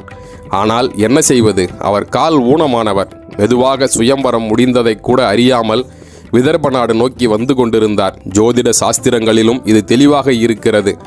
மற்ற கிரகங்கள் வேகமாக ஒரு ராசியை கடந்துவிடும். குரு 1 வருஷம், ராகு கேது 1.5 வருஷம் என சற்று அதிக காலம் சஞ்சரிப்பவர். ஆனால் சனீஸ்வரன் மட்டும் 2.5 வருஷம் ஒரு ராசியில் இருப்பார். காரணம், இவரது மெதுவான நடையினால்தான். சனீஸ்வரனுக்கு ஒரு குணம் உண்டு. நல்ல மனங்களை கெட்ட வழியில் திருப்பி விடுவார். ஆனால் எல்லாரையும் அப்படி செய்ய மாட்டார். எவன் ஒருவன் கடமையை சரிவர செய்ய தவறுகிறானோ அவனுக்கே அம்மாதிரியான குணநலங்களை தண்டனையாக கொடுத்து விடுவார். அவர் தன் எதிரே முகத்தை தொங்க போட்டு கொண்டு வந்து கொண்டிருந்த இந்திரன், அக்னி, வருணன், யமதர்மனை பார்த்தார். தேவேந்திரனுக்கு வணக்கம் தெரிவித்து அவரிடம் தேவேந்திரன், சனீஸ்வரரே, எங்கே போய்க் கொண்டிருக்கிறீர் என்று கேட்டார். சனீஸ்வரன் அவரிடம், விதர்ப்ப நாட்டு இளவரசி தமயந்திக்கு சுயம்பரம் என அறிந்து அங்குதான் சென்று கொண்டிருக்கிறேன். அவள் பேரழகியாமே என்றதும், சரியா போச்சு, தமயந்தியின் சுயம்பரம் முடிந்துவிட்டது. நாங்களும் அவளை மனம் முடிக்கவே சுயம்பரத்தில் பங்கேற்க இங்கு வந்தோம். ஆனால் அவளோ நிடத நாட்டின் அரசன் நலனுக்கு மாலை சூட்டி அவனது மனைவியாக்கி விட்டாள். அங்கே உமக்கு இனி வேலை இல்லை, வந்த வழியே திரும்பிச் சொல்லும் என்றான் இந்திரன். சனீஸ்வரனின் முகம் சிவந்து விட்டது. என்ன, வானுலக தேவர்களை விட அறிவிலும் அழகிலும் சிறந்த ஒருவன் பூமியில் இருக்கிறானா? அவனுக்கு தமயந்தி மாலை சூடி விட்டாளா? அந்த அகம்பாவம் பிடித்த பெண்ணை நான் பிடிக்கிறேன். அவளது கணவன் மன்னன் என்னும் பதவியை துறந்து பிச்சை எடுக்கும் நிலைமைக்கு ஆளாக்குகிறேன் என்று கூக்குரலிட்டான் சனீஸ்வரன். இந்திரன் சிரித்தான். சனீஸ்வரரே, மணமகள் கிடைக்காத ஆத்திரத்தில் துள்ளி குதிக்காதீர். உம்மால் யாரை பிடிக்க முடியும் என்பதை மறந்துவிட்டு பேசுகிறீர். தமயந்தி கற்புடைய செல்வி. தன் அறிவால் நலனைப் போலவே மாறியிருந்த எங்களை கூட அடையாளம் கண்டு ஒதுக்கிவிட்டு அவளது காதலனை மணாளனாக பெற்ற புத்திசாலி. புத்திசாலிகளை நீர் அணுக முடியாது என்பதை மறந்து விடாதீர். நலனோ வீரமிக்கவன், யாருக்கும் எந்த துன்பமும் இழைக்காதவன், தன் மக்களை கண்போல பாதுகாப்பவன். அவன் அருகிலும் உம்மால் நெருங்க முடியாது. நான் சொல்வதை கேளும், எங்களுடன் திரும்பி வாரும் என்றார். சனீஸ்வரரும் வேறு வழியின்றி வந்த வழியே திரும்பினார். இதற்கிடையே விதர்ப்ப நாட்டு அரண்மனையில் வீமராஜன் தன் மகளின் திருமணத்தை நடத்த தகுந்த ஏற்பாடுகளை செய்து கொண்டிருந்தான். ஜோதிடர்கள் திருமண நன்னாளை குறித்து கொண்டிருந்தனர். குறிப்பிட்ட அந்த நாள் காலையிலேயே திருமணம். தோழிகள் தமயந்தியின் உடலை மூடும் அளவுக்கு மலர்களால் அவளை அலங்கரித்தனர். ஏராளமான நகைகள் அணிவிக்கப்பட்டன. இந்த நகைகளை எல்லாம் மிஞ்சும் புன்னகை முகத்தில் அரும்ப நின்ற தமயந்தியின் தங்க கழுத்தில் மங்கள நான் பூட்டினான் நலன். அவர்களின் மனம் இன்ப வெள்ளத்தில் மிதந்தது. ஒரு நன்னாளில் தன் அன்பு மனைவியை அழைத்து கொண்டு தனது நாட்டுக்கு புறப்பட்டான் நலன். தேர் புறப்பட்டு சென்றது. செல்லும் வழியில் உள்ள இயற்கை காட்சிகளை தன்னகத்தே உரிதான கவிநயத்துடன் மனைவியிடம் விளக்கி சொல்லியபடியே இருவரும் மகிழ்ச்சியுடன் சென்று கொண்டிருந்தனர். பாவம், இந்த மகிழ்ச்சி நீண்ட காலம் நீடிக்காது என்பது அவர்களுக்கு எப்படி தெரியும்? வழியில் அவர்கள் ஒரு சோலையில் இளைப்பாறினார்கள். அந்த சோலையில் ஒரு அழகிய குளம் இருந்தது. அதில் இறங்கி நலன் தமயந்தி தம்பதியினர் நீராடி மகிழ்ந்தனர். கரையேறிய தமயந்தியிடம் நலன், புன்னகை புயலே, அழகே வடிவாய் பேசும் பைங்கிலியே, இந்த சோலை எப்படி இருக்கிறது தெரியுமா? எங்கள் மாவிந்த நகரத்தில் நாங்கள் இளைப்பாறும் சோலையை அப்படியே உரித்து வைத்தது போல் இருக்கிறது என்றான். வந்தது வினை. தமயந்தி கோபித்து கொண்டாள். நாங்கள் என்றால் இவர் யாரை சொல்கிறார்? இவர்தான் மாமன்னராயிற்றே, அழகில் மன்மதன். இவரது ஊரில் இருக்கும் சோலையில் எந்த நாங்களுடன் தங்கியிருந்தாரோ. நாங்கள் என்று குறிப்பிட்டது பெண்களாக இருக்குமோ? அப்படியானால் எனக்கு முன்பே இவருக்கு பெண்களிடம் உறவு இருந்திருக்கிறது. இது தெரிந்திருந்தால் இவருக்கு நான் கழுத்தை நீட்டி இருக்கவே மாட்டேன். இந்த ஆண்களே இப்படித்தான், வண்டுகள். ஓரிடத்தில் ஒழுங்காக இருக்க மாட்டார்கள். மனைவி அருகில் இருக்கும்போது கூட அந்த நாங்கள் இவரது நினைவுக்கு வருகிறார்கள். இன்னும் ஊருக்கு போனதும் இவர் எந்த நாங்கள் பின்னால் அலைவாரோ? நான் போய் இழுத்து கொண்டு வர வேண்டும். என்ன மனிதர் இவர்? காதல் மொழி பேசும்பொழுது என்னை தவிர வேறு யாரையும் ஏறிட்டு கூட பார்த்ததில்லை என்றார். இப்பொழுது யாரையோ சிந்திக்கிறார். அந்த அன்னம் மட்டும் இப்பொழுது என் கையில் கிடைத்தால் அதன் கழுத்தை திருகி விடுவேன். அது செய்த வேலைதான் இவ்வளவும். தமயந்தி கோபத்துடன் முகத்தை வேறு பக்கமாக திருப்பிக் கொண்டாள். சந்தேகம் பெண்களுக்கே உரித்தான குணம். அதிலும் காதலித்து திருமணம் செய்யும் பெண்கள் இருக்கிறார்களே, அவர்கள் ஆண்களை பாடாய் படுத்தி விடுவார்கள். ஆண்கள் என்ன வார்த்தை பேசினாலும் சரி, அதை குதர்க்கமாக்கி என்னென்னவோ சிந்திப்பார்கள். தமயந்தியும் இதற்கு விதிவிலக்கா என்ன? அவள் தன் கணவன் மீது சந்தேகப்பட்டு முகத்தை திருப்பி இருக்கிறாள். அப்பாவி நலன், ஆஹா, இவளுக்கு என்ன ஆயிற்று? இத்தனை நேரம் சந்தோஷமாகத்தானே பேசினாள். இப்பொழுது சந்தோஷத்திற்கு தோஷம் வந்து விட்டதோ? ஏதாவது தப்பாக பேசிவிட்டோமா? அப்படி வித்தியாசமாக ஏதும் நான் பேசவில்லையே. அவள் முகத்தை மெதுவாக திருப்ப அவள் பொசுக்கென்று எழுந்து விசுக்கென்று மீண்டும் முகத்தை திருப்பிக் கொண்டாள். ஆண் பெண் என்ற இனத்திற்கிடையே இறைவன் கொடுத்த வரப்பிரசாதம் தான் அந்த உடல். வள்ளுவரின் மனைவி வாசுகி கணவரின் செயல்பாடுகளை கடைசி வரை கண்டுகொண்டதே இல்லை என்று சொல்வதையெல்லாம் ஒரு பக்கம் நம்பவே முடியவில்லை. ஊடல் இன்பத்தில் அவர் நிரம்பவே திளைத்திருக்க வேண்டும். அந்த அனுபவ அறிவு இல்லாமலா ஊடல் என்ற தனி அத்தியாயத்தையே அவர் படைத்திருக்க முடியும்? தமயந்தி, ஏன் உன் முகத்தில் திடீர் மாற்றம்? என்ன ஆனது உனக்கு என்றான் கவலையுடன் நலன். மனைவி குளத்தில் குளித்ததில் புது தண்ணீர் பிடிக்காமல் ஏதேனும் ஆகிவிட்டதோ என்ற கவலை அவனுக்கு. அவளது கொவ்வை செவ்விதழ் ஏதோ பேச துடித்தது. கண்கள் சிவந்திருந்தன. முகத்தில் அந்த நிழற்சோலையிலும் வியர்வை துளிகள். அந்த துளிகள் அவளது அழகு முகத்தில் முத்துக்களை பதித்தது போல் இருந்ததை அந்த நிலையிலும் நலன் ரசித்தான். அந்த அழகு அவனை மயக்க அவளை அணைக்க முயன்றான். அவள் விலகிச் சென்றாள். தனது சந்தேகத்தை அவனிடம் எப்படி கேட்பது? தமயந்தி அமைதியாக இருந்தால் அந்த அமைதி நலனை மேலும் சங்கடத்துக்கு உள்ளாக்கியது. நம்மிடம் ஏதோ தப்பு கண்டுபிடித்திருக்கிறாள், அதனால்தான் இந்த மாற்றம் என்பதை புரிந்து கொண்ட அவனும் ஏதும் பேசாமல் படீரென தரையில் விழுந்தான். தன் அன்பு மனைவியின் கால்களை எடுத்து தன் தலையில் வைத்து கொண்டான். அவளுக்கு பரம திருப்தி. கணவன் காலடியில் கிடக்கிறான் என்றால் எந்த பெண்ணுக்குத்தான் இன்பம் பிறக்காது? இவன் தனக்காக எதையும் செய்வான் என்ற எண்ணம் மேலிட அவள் அவனை எழுப்பினாள். அப்படியே அணைத்து கொண்டாள். கோபம் பறந்தது. ஊடல் தீர்ந்தது. அவர்களது பயணமும் தொடர்ந்தது. கங்கைக்கரை வழியே அவர்கள் தங்கள் ஊரை அடைந்தனர். வான்முட்ட உயர்ந்து நின்ற மாளிகைகள் இங்கே இருந்தன. இதுதான் நமது ஊர் என்று தமயந்தியிடம் மகிழ்ச்சியுடன் சொன்னான் நலன். ஊருக்குள் சென்ற புதுமண தம்பதியரை மக்கள் மகிழ்ச்சியுடன் வரவேற்றனர். வரவேற்பு வளைவுகளில் அழகில் சொக்கி போனால் தமயந்தி. மக்களுக்கு இருவருமாக இணைந்து பரிசுகளை வாரி வாரி வழங்கி கொண்டிருந்தனர். மக்கள் மகிழ்ந்து வாழ்த்தினர். நலமகராஜன் தமயந்தியுடன் நிடதநாடு வந்து சேர்ந்து 12 ஆண்டுகள் ஓடிவிட்டது. அதுவரை அவர்களுக்குள் எந்த கருத்து பேதமும் வந்ததில்லை. இன்பமாய் வாழ்வை கழித்தனர். பிள்ளை செல்வங்கள் 2 பிறந்தனர். தங்கள் இன்ப வாழ்வில் சின்னங்களாக அந்த புத்திரர்களை பார்த்து பார்த்து தமயந்தி மகிழ்ந்திருப்பாள். தாயுடனும் தந்தையுடனும் விளையாடி மகிழ்வதில் இளவரசர்களுக்கு தனி விருப்பம். ராஜாவாயினும் ராணியாயினும் பணம் இருந்தாலும் இல்லாவிட்டாலும் யாராயிருந்தால் என்ன, துன்பம் என்னும் கொடிய பேய் எல்லோர் வாழ்விலும் புகுந்து விடுகிறது. நலன் தமயந்தி மட்டும் அதற்கு விதிவிலக்கா என்ன? துன்பம் வந்தால் தெய்வத்திடம் நான் முறையிடலாம். ஆனால் தெய்வமே துன்பத்தை கொடுக்க வருந்து கட்டி கொண்டு வந்தால் என்ன செய்வது? ஆம், தெய்வ பிறவிகளான இந்திராதி தேவர்கள் தமயந்தி தங்களுக்கு கிடைக்காமல் போனதால் ஆத்திரம் கொண்டு நலனுக்கு துன்பம் இழைக்க சதித்திட்டம் தீட்டினார்கள். ஏற்கனவே சனீஸ்வரர் தமயந்தியின் சுயம்பரத்திற்கு வந்தபொழுது தாமதமாக வந்ததால் அதில் கலந்து கொள்ள இயலாமல் போயிற்று. மேலும் தமயந்தி தேவர்களை புறக்கணித்தது நலனுக்கு மாலையிட்டு விட்டதால் அவரது ஆத்திரமும் அதிகரித்திருந்தது. தேவர்களை விட உயர்ந்தவன் ஒரு மானிடனா என்று அவருக்கு பெரும் கோபம். இதனால் நலன் மீது வெறுப்பு அதிகரித்து அவனை ஒரு வழி செய்ய நேரம் பார்த்து காத்து கொண்டிருந்தார் சனி பகவான். நலத்தமயந்தி 12 ஆண்டுகள் இணைந்து வாழ்ந்தனர். தங்கள் தேசத்து மக்களை கண்ணும் கருத்துமாக பாதுகாத்து வந்தனர். மக்களும் மன்னன் சொல் கேட்டு நடந்து கொண்டனர். மன்னனும் மக்களுக்கு கருத்தொருமித்து வாழ்ந்து வரும் நாட்டில் பிரச்சனைகளை உண்டு பண்ண சனீஸ்வரரால் இயலாது. அவரும் 12 ஆண்டுகள் பொறுத்து பார்த்தார். நலன் எங்காவது இடர மாட்டானா என்று கண்ணில் நல்லெண்ணெயை ஊற்றி கொண்டு காத்து கொண்டிருந்தார். முடியவில்லை. ஆனால் மனிதன் என்பவன் ஒரு பலவீனனாயிற்றே.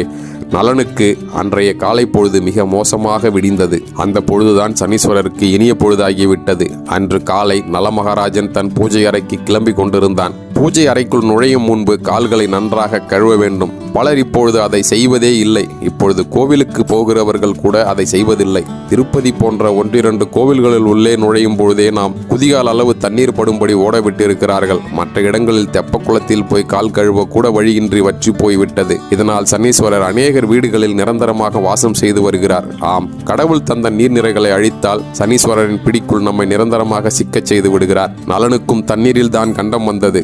அவன் கால்களை கழுவினான். ஆனால் சரியாக கழுவவில்லை. சிலர் காலின் முன்பகுதியில் மட்டும் தண்ணீர் ஊற்றிவிட்டு செல்வார்கள். இது தவறான ஒரு நடைமுறை. கால் கழுவும் பொழுது குதிகால் நனையும் அளவு கழுவ வேண்டும். நலனும் அதே தவறைத்தான் செய்தான். ஏதோ நிலைவில் முன்காலை கழுவியவன் குதிகாலை சரியாக கழுவவில்லை.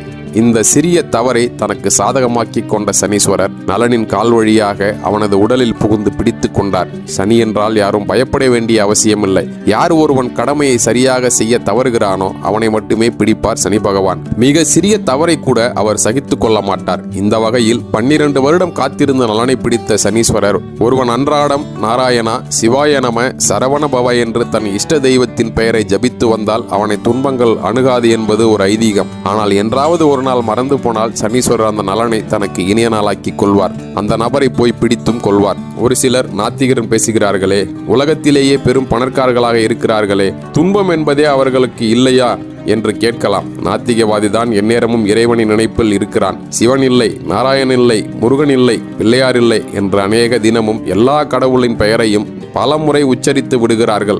இல்லை என்று சொல்பவனும் தன் பெயரை உச்சரித்ததால் பலனை கொடுத்து விடுவார் பகவான். அதனால்தானோ என்னவோ நாத்திகர்கள் அதிகமாக பாதிக்கப்படுவதில்லை போலும். சனீஸ்வரர் ஒரு முறை அண்டிவிட்டால் போதும், கணவன் மனைவியை பிரிப்பார், சகோதரர்களை பிரிப்பார், இப்படி பல வகை பிரிவினைகளை உருவாக்குவார். நல தமயந்தி அவர்களாக பிரிய மாட்டார்கள் என்று எண்ணி, ஏனெனில் ஒருவர் மேல் ஒருவர் அவர்கள் மிகுந்த அன்பு கொண்டிருந்தனர். நலன் பிரிந்தால் தமயந்தி இறந்து விடுவார், தமயந்தி பிறந்தால் நலன் இறந்து விடுவார். அதனால்தான் 7.5 சனி காலத்தில் உயிர் போகாது என்பார்கள். உயிரே போகும் அளவு துன்பம் வருமே தவிர உயிரை அவர் எந்த சமயத்திலும் எடுப்பதில்லை. தம்பதியரை பிரிக்க முடியாது என்பதால் நலனுடைய அண்ணன் புட்கரன் என்பவன் மூலம் துன்பம் கொடுக்க திட்டம் வகுத்தார் சனீஸ்வரர். இதற்காக அவனது நட்பையும் நாடி பெற்றார். புட்கரன் நெய்தல் நாட்டின் அரசனாக இருந்தான். அவனுக்கு ஆசை காட்டினார் சனீஸ்வரர். புட்கரா, நீ உன் நாடு மட்டும் உனக்கு போதும் என நினைக்கிறாயா? உன்னிடம் அக்கறை கொண்ட நானோ செல்வ செழிப்பு மிக்க நிடத நாடும் உன்னிடம் இருந்தால் நல்லது என்று நினைக்கிறேன். அந்த நாட்டின் வளம் அனைத்தையும் எண்ணிப்பார். உன் நாட்டில் ஏற்கனவே உள்ள வளத்தையும் கணக்கிட்டுக்கொள். இரண்டையும் சேர்த்து கூட்டு. ஆகா, பொருள் வளத்தில் உன்னை மிஞ்சும் மன்னர்கள் யாரும் உலகில் இருக்க மாட்டார்கள். ஏற்கனவே நிடத நாட்டை உன்னிடம் சேர்த்து கொள்ளேன் என்றார். புட்கரன் சிரித்தார். சனீஸ்வரரே, நிடத நாட்டை கைப்பற்றுவதென்பது அவ்வளவு சுலபமா? என் சகோதரன் நலனின் படை வலிமை வாய்ந்தது. அவனை வெற்றி கொள்வது அத்தனை சுலபமல்ல. அவனிடம் வம்பிழுத்து இருப்பதையும் இழந்துவிடக் கூடாதே என்றான் சற்று அச்சத்துடன். புட்கரா, அப்படியெல்லாம் நான் விடுவேனா? கத்தியின்றி ரத்தமின்றி அவனது தேசம் உனதாக்க ஒரு வழி சொல்கிறேன், சரியா என்ற சனீஸ்வரனிடம் அது என்ன என்று ஆவலுடன் கேட்டான் புட்கரன். புட்கரா, சூதாட்டம் மன்னர்களுக்கே உரிதான இனிய பொழுதுபோக்கு. ஆம், யாராவது ஒருவருக்கு. ஏனெனில் இது ஒருவர் தன் பொருளை இழந்து விடுவாரே. நலனை பற்றுவதற்கு நான் மிகுந்த சிரமப்பட்டேன். இப்பொழுது பற்றிவிட்டேன். இனி அவனை நான் என் இஷ்டத்துக்கு ஆட்டி வைப்பேன். அவனுடைய புத்தியை கெடுக்க வேண்டியது என் பொறுப்பு. நீ நலனுடன் சூதாடு.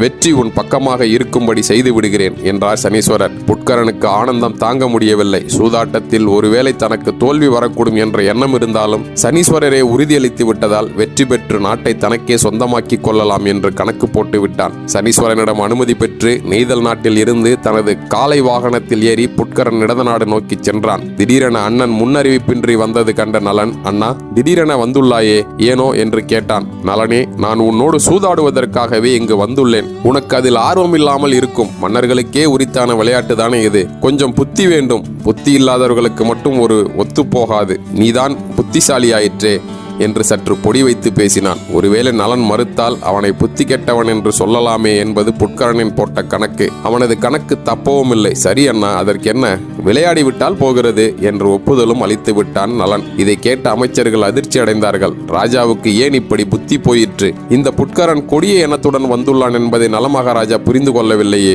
ஐயோ, இந்த தேசத்தை காப்பாற்றுவது நம் கடமை. மன்னன் தவறு செய்யும் பொழுது அமைச்சர்கள் எடுத்துரைக்க வேண்டும் என்ற விதியின் அடிப்படையில் நாம் மன்னனுக்கு புத்தி சொல்வோம் என்று முதலமைச்சர் மற்ற மந்திரிகளிடம் கூறினார். அவர்கள் நலனை அணுகினார்கள். மகாராஜா, தாங்கள் அறியாதது எதுவும் இல்லை. இருப்பினும் தாங்கள் புட்கரனுடன் சூதாடுவது கொஞ்சமும் சரியில்லாதது. இந்த உலகத்தில் 5 செயல்களை மிக மிக கொடிதானது என்றும் உயிரையும் மானத்தையும் அழித்துவிடக் கூடியது என்றும் பெரியவர்கள் சொல்லி வைத்திருக்கிறார்கள். அடுத்தவன் மனைவியை விரும்புவது, பொய் சொல்வது, மது அருந்துவது, ஒருவன் இன்னொருவனுக்கு செய்கிற உதவியை கெடுப்பது, குறிப்பாக ஒருவனுக்கு பண உதவி செய்வதை தடுப்பது, சூதாடுவது ஆகியவையே இந்த பஞ்சமா பாதக செயல்கள். நீங்கள் சூதாட ஒப்புதல் அளித்தது எங்களை மிரளச் செய்திருக்கிறது. ஏதாவது காரணம் சொல்லி அதை நிறுத்தி விடுங்கள். வேண்டாம் மன்னவரே, உங்களையும் தங்கள் அன்பு துணைவியாரையும் மக்களையும் காக்க எங்கள் வார்த்தைகளுக்கு மதிப்பளியுங்கள் என்றனர். ஒருவன் நல்லவனாக இருந்தாலும் அவனுக்கு கெட்ட நேரம் வந்துவிட்டால் யார் என்ன சொன்னாலும் கேட்க மாட்டான். அது மட்டுமல்ல, புத்தி சொன்னவர்களுக்கும் தொல்லை செய்ய தொடங்கி விடுவான். நலன் புத்தியை கெடுப்பது சனீஸ்வரன் இல்லையா? அவனுக்கு இந்த புத்தி ஏறுமா? அமைச்சர்களின் சொல்லை அவன் ஏற்க மறுத்து விட்டான். இதைத்தான் இவன் தலையில் சனி ஏறி நின்று நடனமாடுகிறான் என்று வேடிக்கையாக குறிப்பிடுவார்கள். அமைச்சர்கள் அவனது அமைதியை கண்டு பயந்து அவனுக்கு இன்னொரு முறை அறிவுரை சொன்னார்கள். மகாராஜா, சூதாட்டம் ஒரு மனிதனின் குணத்தையும் உருவத்தையும் மாற்றிவிடும். இதில் தங்கள் சொத்து சுகத்தை இழந்தவர்கள் வறுமையால் தோல் சுருங்கி அடையாளமே தெரியாமல் போய்விடுவார்கள். இது ஒருவனின் குலப்பெருமையை அழித்துவிடும். பணம் போய்விட்டால் தர்ம சிந்தனை குலைந்துவிடும். சமுதாயத்தில் ஏழை எளியவர்கள், வாழ தகுதியற்றவர்கள் கூட மானம் போகிற மாதிரி பேசுவார்கள். இதுவரை உறவுக்காரர்களாக இருப்பவர்கள் நம் செல்வமின்மை கண்டு ஓடி ஒளிந்து கொள்வார்கள். அவர்களிடையே உள்ள நல்லுறவு அழிந்துவிடும். அது மட்டுமல்ல அரசே, பகடைக்காயை கையில் எடுப்பவர்களும் விலை மாதர்களிடம் சுகம் தேடி அலைபவர்களும் வஞ்சக எண்ணங்களுக்கு இடம் கொடுப்பார்கள் என்று நம் முன்னோர்கள் எழுதி வைத்துள்ளனர். நாங்கள் சொல்வதை கேளுங்கள், சிந்தித்து பாருங்கள் என்றனர். நலனுக்கோ இவர்கள் சொன்னதை கேட்டு ஆத்திரம் அதிகமானது. அமைச்சர்களே, உங்கள் புத்திமதி எனக்கு தேவையில்லை. நான் புட்கரனுக்கு சூதாடுவதாக ஒப்புதல் அளித்து விட்டேன். இப்பொழுது வேண்டாம் என்றால் மட்டும் என் மானம் மரியாதை போகாதா? நடக்கப் போவது நல்லதோ கெட்டதோ அதை நான் ஏற்க தயாராக இருக்கிறேன். நீங்கள் யாரும் எனக்கு எதுவும் சொல்ல வேண்டாம், செல்லுங்கள் இங்கிருந்து என்று கோபமாக கத்தினான். விதியை மாற்ற யாரால் இயலும் என்ற அமைச்சர்கள் அங்கிருந்து கிளம்பிவிட்டார்கள். உண்மைதான், ஒரு சமயம் அந்த பெருமானையே விதி விரட்டி அடித்ததாம். அது என்ன? பெருமாளுக்கும் பூமாதேவிக்கும் திருமணமாயிற்று. அவரது முதல் மனைவி பூமாதான். புதிதாக திருமணமானவர்களை விருந்துக்கு அழைப்பது நமது கலாச்சாரம். புதுமண தம்பதிகளை சிவ பார்வதி தம்பதியினர் கைலாயத்திற்கு விருந்துக்கு அழைத்தனர். பெருமாள் புறப்பட்டு விட்டார். பூமாதேவி வர மறுத்து விட்டாள். அன்பரே, தங்களோடு நான் வந்துவிட்டால் இந்த பூலோகத்தில் உள்ள பொருட்கள் எல்லாம் எங்கு போயிருக்கும்? அதன் நிலைமை என்ன? எனக்கு இன்னொரு பெயர் அசலா. அசலா என்றால் இருந்த இடத்தை விட்டு நகராதவள் என்பது பொருள் என்பதை நீங்கள் அறிவீர்களா? நான் நகர்ந்தால் பூகம்பம் அல்லவா ஏற்படும்? மக்கள் என்ன ஆவார்கள்? என் பிள்ளைகளை நானே அழிப்பேனா? மேலும் நீங்கள் ஓரிடத்தில் இருக்க மாட்டீர்கள். திடீரென எங்காவது செல்வீர்கள். அப்பொழுதெல்லாம் நான் உங்களுடன் வந்து கொண்டிருக்க முடியுமா? நீங்கள் மட்டும் போய் வாருங்கள் என்றார். பெருமாளுக்கு வருத்தம். கட்டிய மனைவியோடு வெளியில் போய்கூட வர முடியவில்லையே என்றும், மேலும் போகும் இடங்களில் பெருமாளை பார்ப்பவர்களெல்லாம் ஆத்துக்காரி வரலையா என்று கேட்பார்கள். பெருமாளுக்கு என்ன பதில் சொல்வதென்று தெரியாமல் சங்கடப்பட்டார். எனவே இரண்டாம் திருமணம் செய்வோமே என்று சமுத்திரராஜன் பெண்ணான லக்ஷ்மியை மணந்து கொண்டார். அவளோ ஓரிடத்தில் இருக்க மாட்டாள். ஒரு வீட்டில் ஒரு நாள் இருந்தால் மறுநாள் இன்னொரு வீட்டிற்கு போய்விடுவாள். செல்வத்தின் அதிபதி அல்லவா, நிலையில்லாமல் ஓடிக்கொண்டே இருந்தாள். பெருமாள் அவளை அழைக்கச் செல்லும் நேரம் அவள் எங்காவது போயிருக்கிறாள் என்றே பதில் கிடைக்கும். பெருமாள் லட்சுமியுடன் சேர்ந்து ஓடி அவளது வேகத்திற்கு ஈடு கொடுக்க முடியாமல் ஓரிடத்தில் நின்று விட்டார். பிறகு தன் மகன் மன்மதன் வீட்டிற்கு சென்று அங்கே தங்கலாம் என்று சென்றார். செல்லும் வழியில் ஒரு முனிவர் பார்த்தார். உமது மகன் செய்த வேலையை பார்த்தீரா? அந்த பரமசிவனிடம் போய் அவர் மேல் அம்பு விட்டிருக்கிறான். அவர் கோபத்திற்கு நெற்றிக்கண்ணை திறந்திருக்கிறார். பஸ்பமாகி விட்டான் என்று சொன்னதும் மகன் இறந்த துக்கம் தாழாமல் தவித்தார். அவர் மீண்டும் பார்க்கடல் வந்த அவர் ஆறுதலாக ஆதிசேஷன் மீது படுத்தார். அவனோ விஷக்காற்றை வெளியிட்டபடியே இருந்தான். சற்று வெளியே போய் வரலாம் என கருடன் மீது ஏறி அமர்ந்தார். பூரி என்ற ஊரின் மேல் பறக்கும் பொழுது பூமியில் ஒரு பாம்பு ஊர்ந்து செல்வதை பார்த்த கருடன், சுவாமி, எனக்கு நாவில் எச்சில் ஊறுகிறது. இதோ என் உணவான பாம்பு செல்கிறது, அதை பிடிக்கப் போகிறேன் என நடுவழியில் அவரை இறக்கிவிட்டு சென்று விட்டான். தன்னை கவனிக்க யாருமே இல்லாததால் பகவான் ஒரு கட்டையாக தன்னை மாற்றிக்கொண்டு அங்கேயே தங்கிவிட்டார். இதனால்தான் பூரி கோயிலில் பெருமாள் கம்பு வடிவில் இருக்கிறார். பார்த்தீர்களா? அனுபவிக்க வேண்டும் என்று விதி இருந்தால் பகவானாக இருந்தாலும் அதை அனுபவித்தேதான் ஆக வேண்டும். நல மகாராஜாவுக்கும் கஷ்டங்களை அனுபவிக்க வேண்டும் என்றல்லவா விதி இருக்கிறது. அதை மாற்ற யாரால் இயலும்?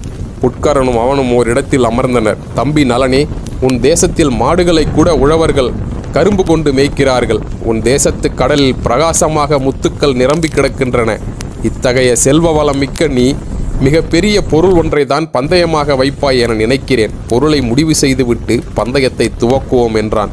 அண்ணா, ஒவ்வொரு பொருளாக வைப்போம், வெற்றி பெற்றவர் எடுத்துக்கொள்வோம் என்ற நலன் முதலில் தன் கழுத்தில் கிடந்த தங்க மணிமாலையை பந்தயத்தில் வைத்தான். புட்கரன் தான் ஏறி வந்த எருதை பந்தய பொருளாக வைத்தான். அந்த எருதை யாராலும் அடக்க முடியாது, எதிர்ப்போரை கொன்றுவிடும். அப்படிப்பட்ட பலமிக்க எருது தனக்கு கிடைத்தால் தன்னை பாதுகாத்து கொள்ள அது உதவும் என நலன் நம்பினான். பகடைக்காய் உருள ஆரம்பித்தது. முதல் உருட்டலேயே சனீஸ்வரன் தன் வேலையை காட்டிவிட்டார். காய்கள் புட்கரனின் சொல்கை கேட்டன.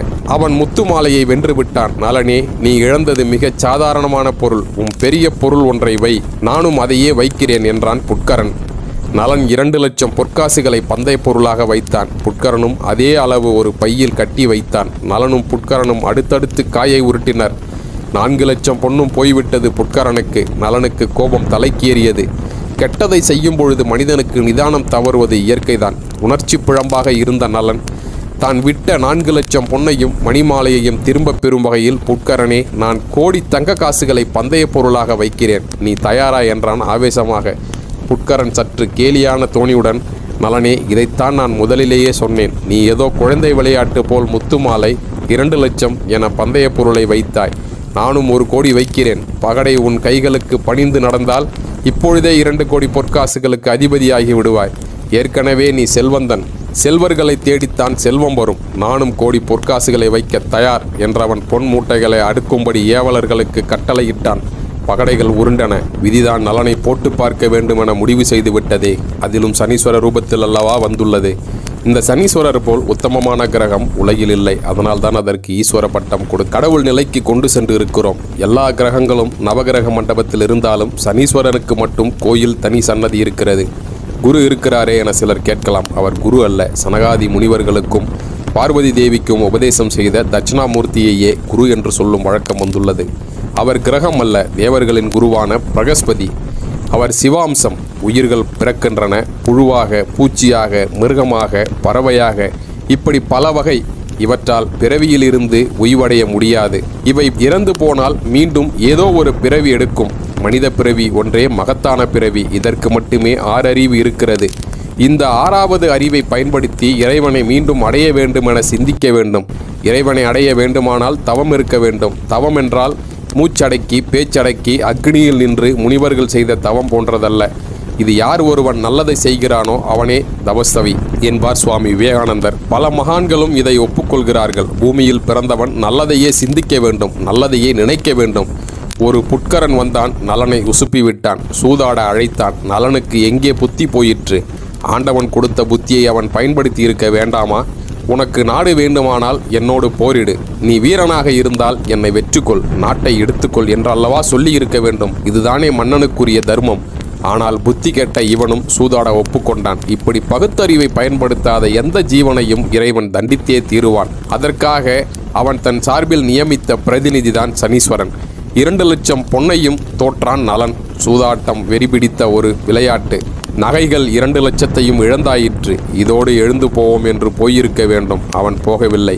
போகவும் முடியாது. ஏனெனில் சூதாட்டத்தில் ஜெயித்தவன் தோற்றவனை ஏளனமாக பார்ப்பான், கேவலமாக பேசுவான். இந்த வெற்றியுடன் தோற்றவன் தன்னிடம் உள்ள மற்ற பொருட்களையும் பணயம் வைப்பான். மீண்டும் தோற்று ஒன்றுமில்லாமல் தெருவுக்கு வருவான். நலமகாராஜா புத்தி பேதலித்து கோடி பொன்னை பணயமாக வைத்தான்.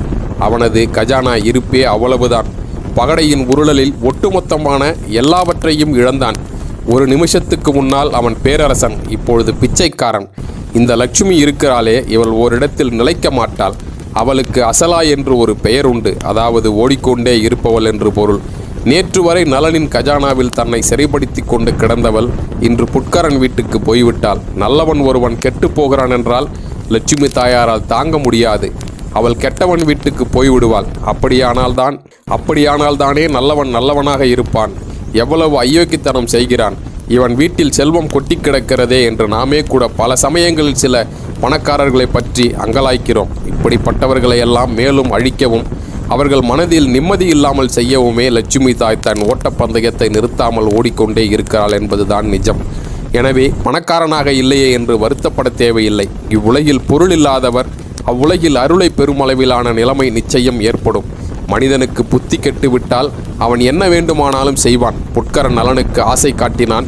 தம்பி, பொற்காசுகள் போனால் என்ன? உன்னிடம் தேர்ப்படை, குதிரைப்படை எல்லாம் உள்ளதே. தேர் என்றால் சாதாரண தேராது. 10 லட்சம் நவரத்தினங்களால் அவற்றை அலங்கரித்துள்ளாயாமே அந்த தேர்கள். இதோ நீ இழந்த பணத்துக்கு சமம். அவற்றை வைத்து ஆடு. ஜெயித்தால் இங்கே இருக்கும் அத்தனையும் என் பொருட்களையும் சேர்த்து கூட எடுத்துக்கொள் என்றான். சனீஸ்வரனே துணை இருக்கும் பொழுது அவன் என்ன வேண்டுமானாலும் பேசத்தானே செய்வான். அவனுக்கு பொங்கு சனி காலம். பேசுகிறான். இதை அறியாத நலன் அந்த கெட்டவன் சொன்னதை அப்படியே கேட்டான். பகடையை மிக மிக மிக கவனமாக உருட்டினான். அதுவும் சரியாகத்தான் உருண்டது.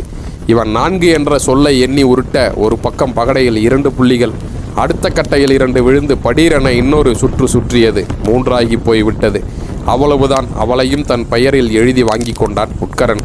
அடுத்து யானைப்படை போயிற்று. அடுத்து காலாட்படையை தோற்றான். வக்கிர புத்தி படைத்த புட்கரன் நலனே, இப்பொழுது ஒன்றை கேட்கிறேன். உன் அரண்மனையில் அழகான பெண்கள் சேடிகளாக, அதாவது பணிப்பெண்களாக இருக்கின்றனர். அவர்களை வைத்து நீ ஆடேன். நீ வென்றுவிட்டால் அவர்களுக்கு நிகராக தோற்ற அனைத்தையும் தந்து விடுகிறேன் என்றான். மேல் சூதாட்ட வெறி கண்ணை மறைக்க தன்னிடம் இதுவரை பணி செய்த பெண்கள் கூட என்று பாராமல் அவர்களை வைத்து சூதாட முன்வந்தான் நலன். வழக்கம் போல் பகடை உருள அவர்களையும் புட்கரனிடம் இழந்து விட்டான். நலனின் எல்லா பொருட்களும் போய்விட்டன. நாடே போய்விட்டது. ஆசையாய் பொருட்களுடன் அரண்மனையில் அசைந்தாடிய பெண்களும் பறிபோனார்கள். இனி அவர்கள் புட்கரனின் பணியாட்களாக இருப்பார்கள். விளையாட என்ன இருக்கிறது? நலன் திகைத்து போய் எழுந்தான். நலனே, ஏன் எழுந்திருக்கிறாய்? கையில் வெண்ணெய் இருக்கிறது. நெய்க்கு அலையலாமா? இன்னும் ஒரு முக்கிய பொருள் உன்னிடம் இருக்கிறது. அதை வைத்து இங்கே நீ சூதாடு. இங்கே நீ என்னிடம் தோற்ற அனைத்திற்கும் சமம். அந்த பொருளை வைத்து நீ விளையாடு. அவ்வாறு விளையாடி ஜெயித்தால் உன் தேசத்தை உன்னிடமே தந்துவிட்டு அப்படியே திரும்பி விடுகிறேன். என்ன, விளையாடலாமா என்றான் புட்கரன்.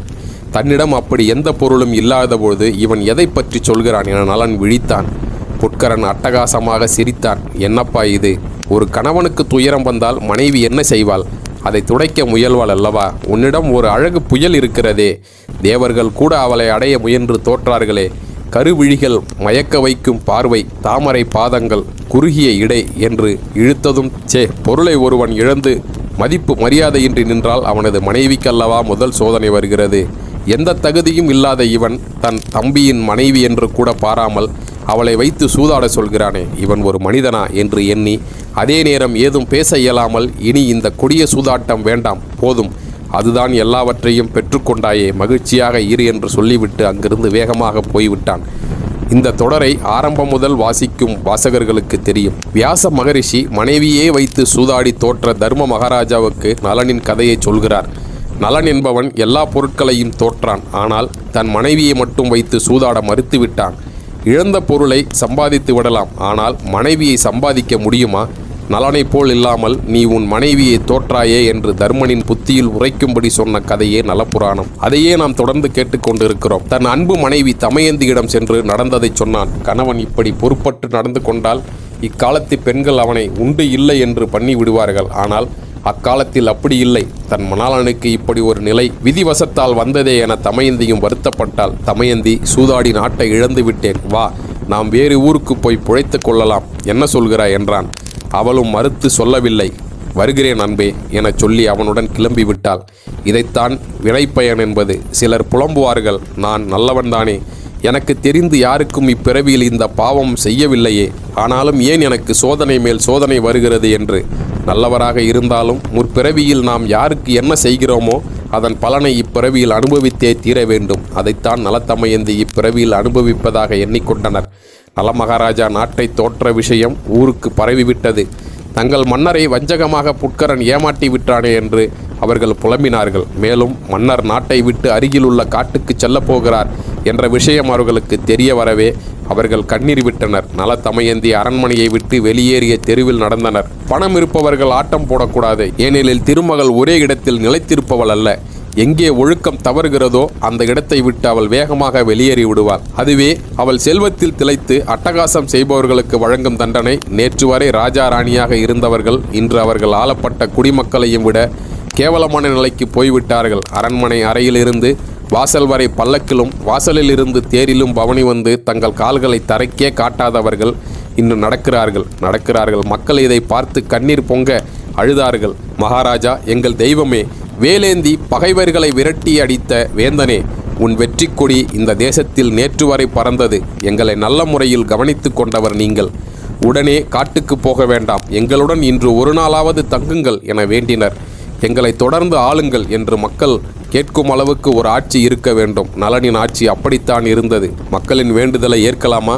நலன் தமயந்தியின் பக்கம் திரும்பி, மக்கள் நாம் இங்கு ஒரு நாள் தங்க வேண்டுமென விரும்புகிறார்கள், நீ என்ன சொல்கிறாய் என்றான்.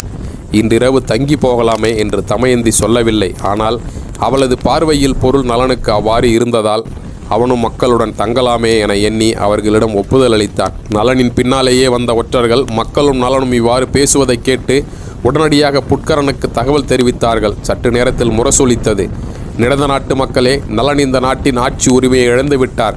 அவருக்கு யாராவது அடைக்கலம் அளித்தாலோ அவருடன் பேசினாலோ இந்த இடத்திலேயே கொல்லப்படுவார்கள். இனி உங்கள் ராஜா புட்கரன் தான். அவர் இடும் சட்டத்திட்டங்களுக்கு நீங்கள் கட்டுப்பட்டாக வேண்டும். மீறுபவர்கள் மரணக்கயிற்றில் உங்களை நீங்களே மாற்றிக்கொள்ள தயாராக இருப்பதாக அர்த்தம். இது மகாராஜா புட்கரனின் உத்தரவு என்று அரசு முறைவோன் சத்தமாக நீட்டி முழங்கினான். நலன் தனது நிலை குறித்து வருந்தினான். சூதாட்டம் என்ற கொடிய விளையாட்டில் இறங்கி நாட்டை இழந்தோம். ஏதுமறியா அபலை பெண்ணான இந்த தமயந்தியின் கால்கள் பஞ்சு மெத்தையையும் மலர் பாதத்தையும் சிவப்பு கம்பளத்தையும் தவிர வேறு எதிலும் நடந்தறியாதவை. இப்பொழுது அவளை கல்லும் மண்ணும் முள்ளும் குவிந்த பாதையில் நடக்க வைத்து புண்படுத்துகிறோமே. இப்பொழுது ஊரில் கூட இருக்க இயலாத நிலை வந்துவிட்டதே.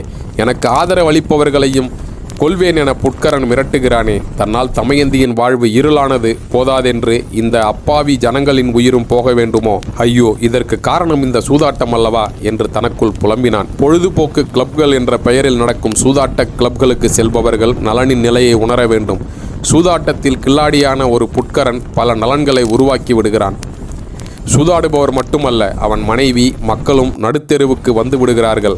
மானம் போகும், ஏன் உயிரே கூட போகும். நலத்தமயந்திக்கு 2 செல்ல பிள்ளைகள் பிறந்தார்கள் அல்லவா? அந்த மகளையும் மகனையும் அழைத்து கொண்டு அவர்கள் நாட்டை விட்டு வெளியேறினர். ஊர் மக்களின் கண்ணீர் விட்டு கதறினர்.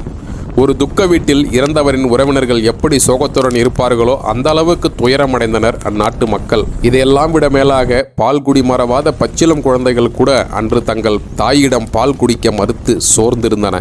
நலன் வீதியில் நடக்க ஆரம்பித்தான். தமயந்தியின் பஞ்சு பாதங்கள் நெஞ்சில் தோய்த்த கத்தியில் மிதித்தது போல் தடுமாற ஆரம்பித்தது. குழந்தையின் பிஞ்சு பாதங்களோ இதைவிட அதிகமாக தள்ளாடின.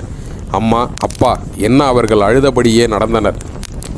இந்த இடத்தில் ஒன்றை நாம் உணர்ந்து கொள்ள வேண்டும். நமக்கு என்னதான் ஆண்டவன் வித்தியாசமான வாழ்க்கையை கொடுத்திருந்தாலும் குழந்தைகளுக்கு கஷ்ட நஷ்டத்தை பற்றிய அறிவையும் ஊட்டி வளர்க்க வேண்டும். காலையில் நூடுல்ஸ், பூரி மசாலா, மல்லிகைப்பூ இட்லி, மணக்கும் சாம்பார் என விதவிதமாக குழந்தைகளுக்கு சமைத்து கொடுத்தாலும் கூட பழைய சாதம் என்ற ஒன்றை இப்படி இருக்கும் என்பதை கிராமத்து ஏழை குழந்தைகள் அதை சாப்பிட்டு விட்டு தான் பள்ளிக்கு கிளம்புகிறார்கள் என்பதையும் சொல்லித்தர வேண்டும். எதற்கெடுத்தாலும் கார், பஸ், ஆட்டோ என கிளம்பாமல் நடக்கவும் சொல்லித்தர வேண்டும். வாழ்வில் யாருக்கும் எப்பொழுதும் ஏற்ற இறக்கம் வரலாம். அதை சமாளிப்பது பற்றிய அறிவு நம் பிள்ளைகளுக்கு இருக்க வேண்டும்.